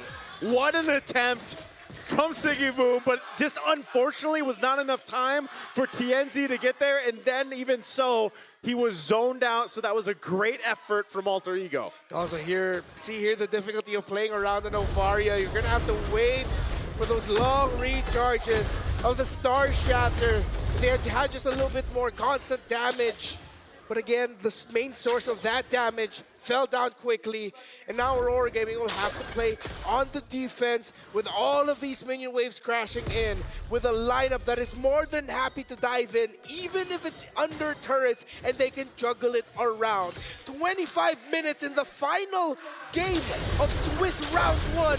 Will Alter Ego send the Indonesian home crowd happy? This could be it. AOG already. Lunar with a combo, bringing them all in, but RP takes a turret down, and the winner crown is used up in time. Now it's Pagu who falls. The Sky Piercer is big. They buy their immortalities, but Alter Ego welcome Aurora Gaming to Indonesia. And a lineup to boot with it for Alter Ego, man. What a game we just saw. It's a best of one, but hey, for the longest time I was like, man, maybe there's potential for Aurora to turn it down, but man, that's an Alter Ego win right there. It's back-to-back losses for Aurora.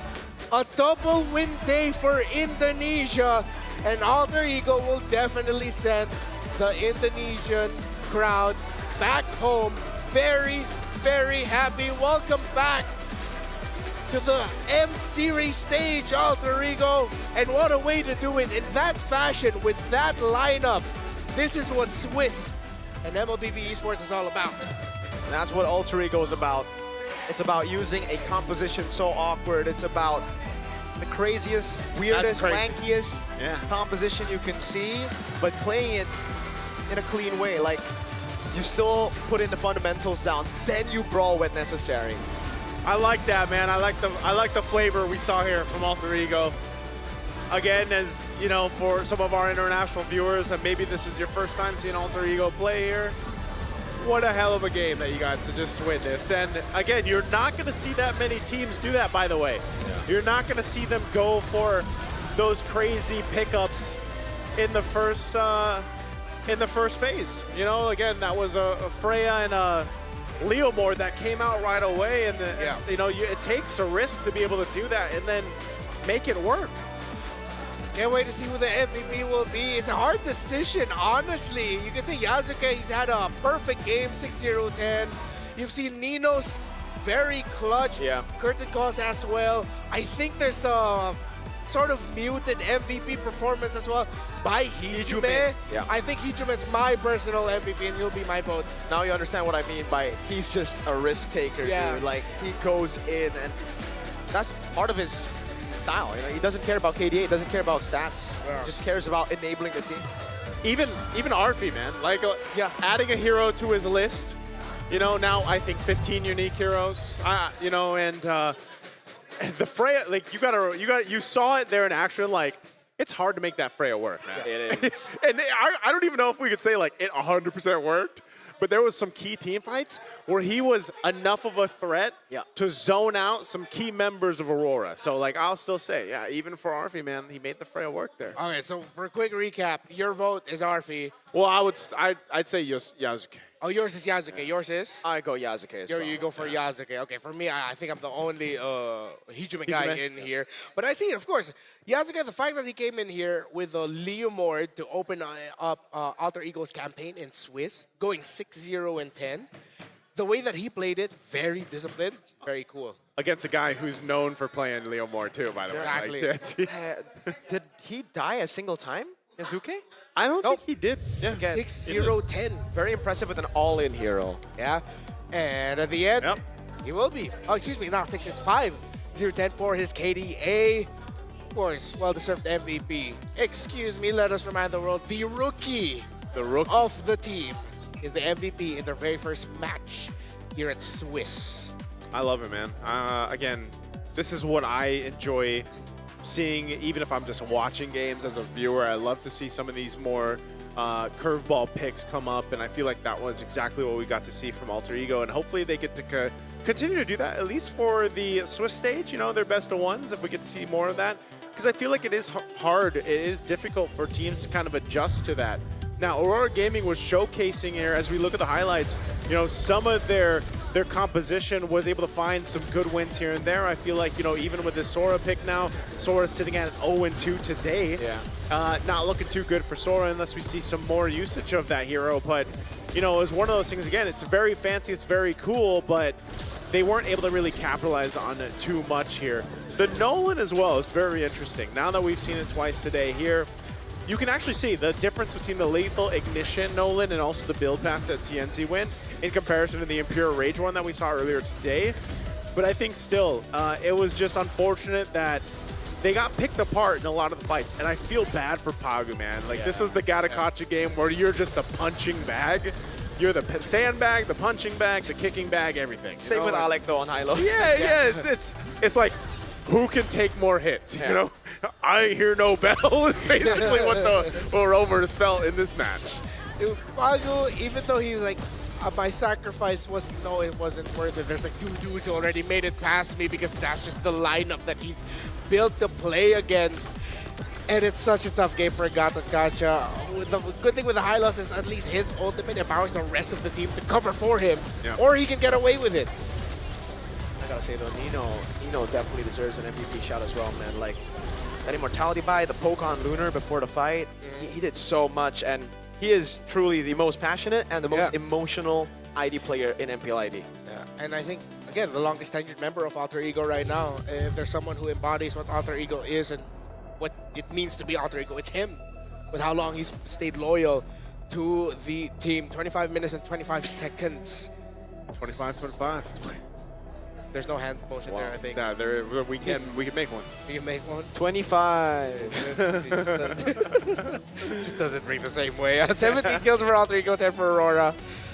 You see here Rosa doing everything that he could to just keep Alter Ego back, and it is as expected, but it isn't just like a bunch of glass cannons. It's not like Alter Ego got greedy with their item builds. They still decided to build, because of how fighters work here in MLBB with all the cooldown, strong abilities that they have, cooldown reduction, are built and baked into defensive items. So you can still constantly be a nuisance, harass the opposing team, while still being tanky at the same time.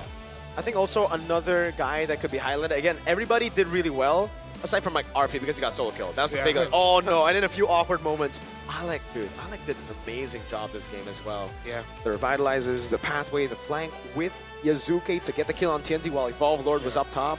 Good stuff. Yeah, and I think also because Alec timed his getting vision positioning significantly better compared to Pagu, where it seems like Pagu just kept getting caught over and over again, using AOG. He'd go deep without an AOG. So, yeah, of course, well-deserved shout-out as well. So let's say thank you to some very important friends. Attention! MLBB Academy has been fully upgraded. Get personal weekly reports to understand your pacing, strengths, and weaknesses, along with a complete match recap and report. History, so every big match, complete match history, so every big moment. It's been a long day. Someone is ribbing me right now. You can also rate trending topics and share your perspective. Yeah, that's the wrestling term for like making a joke on. I'm not a wrestler. You're a wrestler in other ways. Whether you're tracking stats or joining the conversation, MLBB Academy is where you watch matches and understand your growth in MLBB. Stop blaming it on the Hanabi. Stop blaming it on the Dark system. The dark system. Get friends. Maybe at the end, you're actually the problem and you need to fix yourself. I'm telling that to myself. Wow. Can someone complete this ad read for me? You can check it out on mobilelegends.com/academy, #MLBB Academy, #Mobile Legends Bang Bang. Hashtag, are you a bang banger or a go-goer? Go-goer. I'm a bang banger, bro. If that's not a poll tomorrow, I don't know what is. I'm a banger, go-go. I am a proud go banger. Go banger. Yeah. What about banger go? Banger go.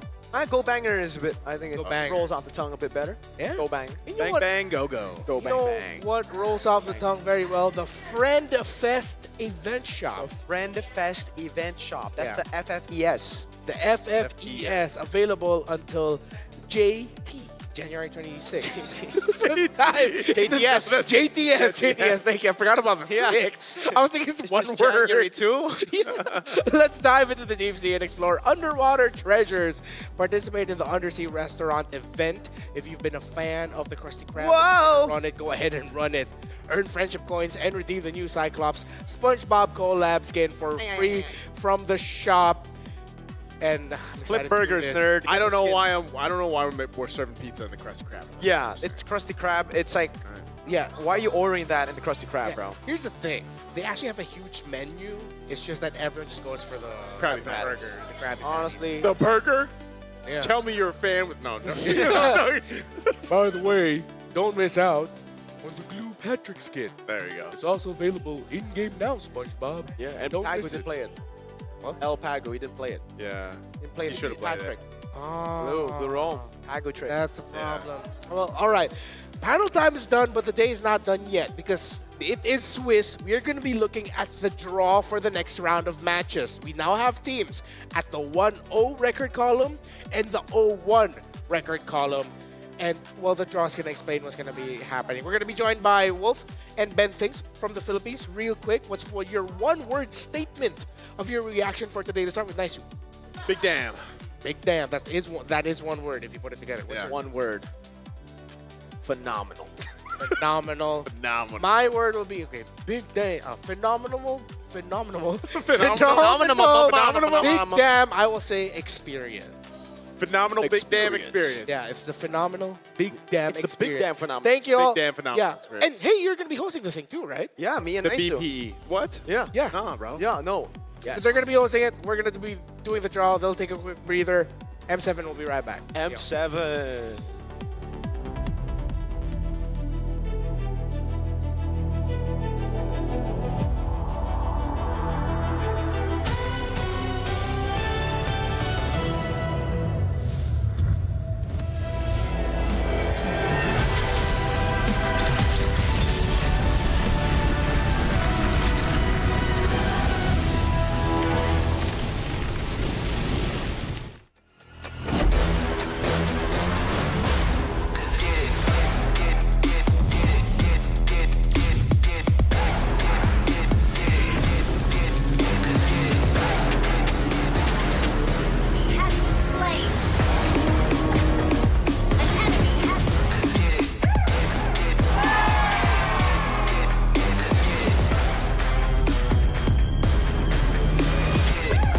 Realme 15 Pro M7 official gaming foam.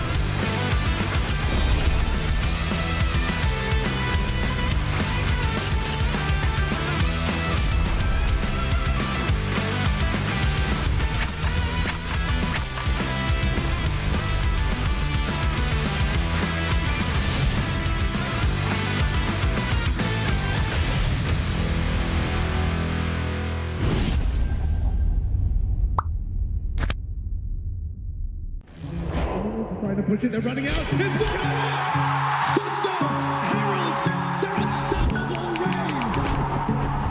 Unscathed, unrivaled.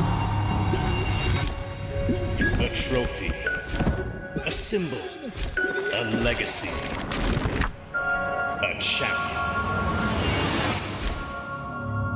We begin our story with the pioneers, forged in gold, Fairy's champion ring and medal, relics to be worn with pride.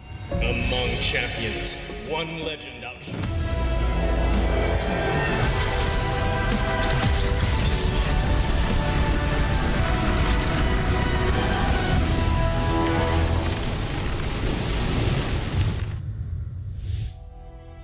Ladies and gentlemen, we just wrapped up day number 1 of the Swiss stage here at the M7 World Championships, and we'll be doing the Swiss draws for day number 2. As you guys know, the teams who win will be going up against the teams who win. Teams who lose will be going up against each other. So it's 1-0 and 0-1, and just special for you nerds back at home, we got a special treatment. You guys who thought it was rigged because it was Indo, we got 2 Filipinos to do it this time. We got Ben Things all the way from the Philippines, and Wolf from all over the world. This guy is so rich, man. Wolf, how you doing? How you feeling, man? All right.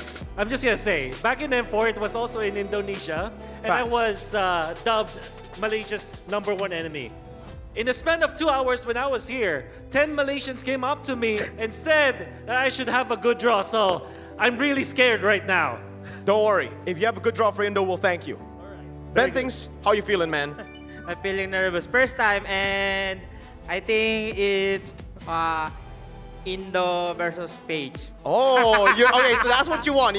Liquid versus Onyx or Liquid versus Alter Ego? Which one do you specifically want? Liquid, Onyx. Well, hey, do you have an IG? You might want to... I don't have. Okay, good. Okay, that's good. If you do, you might have to... My IG got taken out, you know, when I did the draw for MSC 2023, but Indo won that time. Well, what do you think of today, though? Day number 1 was pretty solid, I would say. Yeah, I think this was one of the best actually openings that we've ever had. This is only the second Swiss stage, but we've already seen a lot of upsets and a lot of interesting matches. I did not expect to see Leonard and Freya together in a team and win. Alter Ego, man, they do a lot of wacky stuff, but it works out for them, man. I don't know what it is with Alter Ego. Coach Sefer, he knows his stuff. But Ben Things, what about you? What's your main takeaway from day number 1 of Swiss stage? It's always a new meta in every tournament. Like M6, we see Layla. Then now we see 2 marksman and late game potential of the hero. There you go. So we're seeing much more late game heroes coming down and much more scaling. Even in that game, right, with the Freya and the Leomord, usually in MP Indonesia, Alter Ego are able to build like an 8,000 gold lead there. But that time with the 8,000 gold lead, they weren't able to end the game. So a lot more things to expect for day number 2, and it seems like we're going to be drawing the team. So Ben Things, are you ready? Ready. You're ready. All right. You can put the mic down and you can start going into the pool. Remember, I'll count you down. So you just keep on going. I'll go 1, 2, 3. Go ahead. Let's go. We're going to draw from pool 1-0 first, all the matches. And let's go. 1, 2, and go for your choice, man. Hold it with your left hand and open it up, brother. Open it up. Wolf, what are you expecting for this first team? Okay, so we've seen PH versus PH. Okay. We've seen Malaysia versus Malaysia. Yes. How likely is it for Indo versus Indo? No. Oh, show it. The first team Ben Things got is the first seed from Malaysia, the champion Selangor Red Giants. All right. What do you think about Selangor Red Giants? Oh, super impressive performance. I think they're so dependable. I think they're in it to win it. I think this is one of the top forms of SRG. There you go. Our first match already. SRG, but who are they going to face, Ben Things? Let's go and move on to the next team. You can put it down there, and then we can move to the second team. I'll count you down again, Ben Things. Don't worry. I know it's your first time, but hey, got it. You ready? Ready. Let's go. 1, 2. Yeah, choose your team, brother. Choose your team wisely. Are you confident with this choice? Yeah, I think it's maybe Alter Ego. Okay, there you go. All right, open it up and show it. Oh my God, I saw a glimpse of it. We know who it is. Wolf, what do you think about this? Team Falcons from MENA. Well, Bien was Boyd was actually very impressive today. I like their Ubit play style. I think they are really prepared for M7. Yeah, they shocked a lot of people today. That's going to be Falcons into the second match. And we're going to move on again. We're just going to go by all of it. So let's go again, Ben Things. Keep on going. Just choose when you want, man. This is all on you. Pressure's on you. He's ready. Let's open it up again. For the third match. He's going to open it. Drama. Oh, what is that? Wolf. It's BSE, Black Sentence Esports. What are your thoughts on Black Sentence? You know, I'm actually surprised about BSE. I didn't think that they will actually win today. And the manner on how they won, how they were so commanding all throughout that match, I think that they are also built for the world stage. Yeah, well, let's move on to the next one. Just keep on going. Just keep on going. Ben Things. He wanted specifically Onyx to meet TL, and it's still possible now, so I'm worried. Okay. Oh, no. Okay. Oh, no. Okay. Now we need TL to show up, man. Okay. Reveal it. 1, 2, and it's Team Onyx from Indonesia. Oh, ho, ho, ho. Shaky performance today, but what are your thoughts on Onyx? Oh, really shaky performance. Obviously, an experienced team will eventually get it. I think that we are so not impressed about how they perform, so they really have to perform better come day number 2. All right, now for the matchups. We have SRG, we have BS, we have Onyx already, so... There we go! There you go. It could be Indo. Ben Things, get your IG ready, man! Who's it gonna be? Screaming. Let's see which matchup. Everybody's screaming already in the venue right now. That's a fire matchup. Team Spirit! Somebody told me that he's a big SRG fan. They wanted to face Team Spirit. I think Team Spirit is a worthy opponent of SRG. That's gonna be an exciting series. Wow, that is a banger day 2 opener, man. Keep on going, Ben Things. Let's get the next matchup. We might actually see Indo. Oh my God. We saw it, Wolf. Here we go. Oh my goodness. Team Liquid Philippines makes their way into the second match. People watching in the back, Alter Ego are watching in the back. Yeah. I wonder what they want. Oh my God. There's a 50-50% chance of an Indo versus Indo matchup. Oh my God. Ben Things, it's all on you. It's on you. Pressure is on you, my friend. Go and Think pick up. about your social media, man. You know, might want to actually, disable your social media today, but open it up. Show the world. Who's it gonna be? Who's it gonna be? Oh! Okay. Show it. Show it. Show it. It's Alter Ego. Wow. Everybody's just celebrating right now. The Alter Ego fans in the building are so happy. Yep. That's the face that they're showing right now, the happy face. Yeah, all right. And last one, we know what it is, but we're just gonna show it. So Wolf, what do you think about Onyx versus Aurora? Wait, what? YG. Oh my! Oh, I forgot. I thought an Aurora won. Hey, open it up, man. Open it up. Onyx versus Yangon Galacticos. All right. Wow. Wow. You know what we can say? Sometimes there are teams that are really good, but up against teams that not in their weight level, if I may say so. Sometimes they struggle, and that's Onyx. So I don't think that Onyx should be complacent tomorrow up against YG. There you go. That's pro advice from Coach Ulf. Now, Coach Ulf, are you ready to go and draw the 0-1 teams? Of course not, but so, let's go. Which teams do you actually want for 0-1, man? What matchups do you want to see? You want to see Aurora? Just not Aurora. That's the least that I want. That's the least that I want. I don't know. I don't want to say anything because sometimes I jinx it. So no worries. Let's just draw. No worries. All right, put your mic down. Ben Things, grab your mic because I'm gonna need your help here to commentate Mr. Ulf over there. Wolf, are you ready? Okay, let's go. I'm gonna count you down. 1, 2, 7, go! That was a random one. Ben Things, who do you think he got? Aurora. Let's see. You got a pretty good chance of getting that, actually. There are 2 Aurora teams down below. First team is going to be Boost Gate Esports. All right. Who do you think? All right, so what are the matchups you want to see for 0-1? Let's go, Wolf, while we're talking about it. Which matchup? CFU? CFU, okay. Let's see. This is the second team chosen. All right, Team Evil moving on to 0-1. And we're gonna keep on doing it, Wolf. Just keep on going here. What are your thoughts of Team Evil today? Did they surprise you?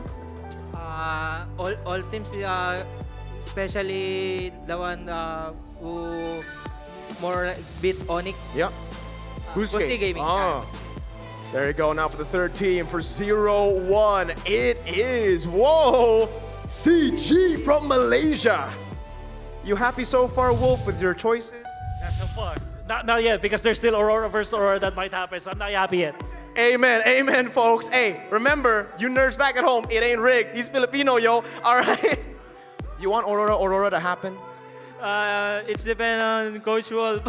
Wolf, it depends on you, Coach Wolf. Is that Aurora? Will we see a possibility? He's gonna open it up. What is it? Whoa, whoa, whoa, whoa, whoa. It's CFU. So no Aurora.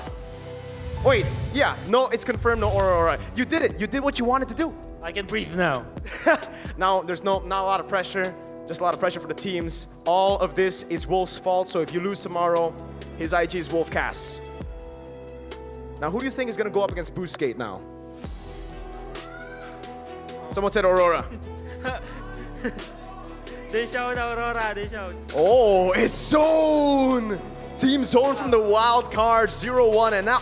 Wait, is that a wild card matchup? It is! Boostgate versus Zone! Okay, bro, they lost today and they have to go up against each other, Ben Things. What's your thoughts? Zone versus Boostgate? I like the gameplay of Boosty Gaming. Okay. Feel confident. For Boostgate. All right. Let's see, Wolf, what's the next matchup you have for us? Team Evil. Oh my goodness. It is Tianfeng Yaoguai from China. Did you like Tianfeng Yaoguai coming into this tournament? Did you expect them to beat Falcons, or did you expect Falcons to beat Tianfeng Yaoguai, Ben Things? I expect Falcon. Okay. Let's go, Wolf. Oh my lord. Well, I mean, there are only two more Auroras, but which Aurora is it gonna be? That's Aurora Gaming from Turkey. Okay. And last but not least, we have Aurora Gaming Philippines, right? That's the last matchup for CFU. CFU versus Aurora Gaming Philippines. Ben Things, thoughts on that matchup? I think Aurora, no bias. Aurora. No bias, yeah. It's not like you're part of that team, Ben Things. Wolf, grab your mic, man. Are you happy with this, with the choice? Grab your mic, man, over there, you know? What do you think of the matchups? Yeah, the wildcard versus wildcard match was great. Yeah? It's actually, I'm just relieved now. I'm just relieved, but I think they're going to be better matches. Swiss stages are great because the teams that have the same win-loss record will face up against each other, which generally means that it's going to be exciting matches. Okay, so are you excited for tomorrow? Yes, super. Which match in particular gets you hyped up the most excited than things? Liquid and... Who's Liquid up against earlier? Boosty Gaming. Okay. So you want to watch the Liquid match and the Boostgate match? Boosty Gaming. Okay. What about you, Wolf? Most hyped up? Wow, okay. I think it's definitely the wildcard match. Zone versus Boostgate also. Zone versus Boostgate. I don't think that they faced up against each other during the wildcard. They did, and Zone won 2-1 in the group stage. So could be revenge, could be repeat. We'll see tomorrow what happens. But we will see the updated brackets just very, very soon for you guys back at home who are also still confused on which matches are going to come up.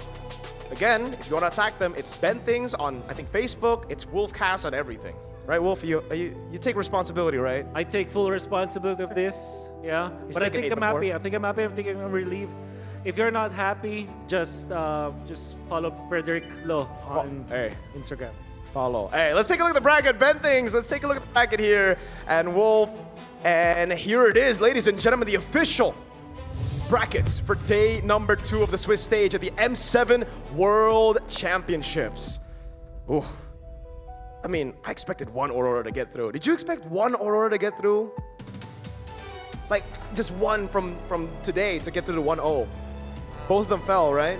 Yeah, but it's not ready. No It's what it bias. is. No bias. What do you think Aurora needs to do? Like for you, Philippines, because you were part of the team, what do you think they need to do for tomorrow?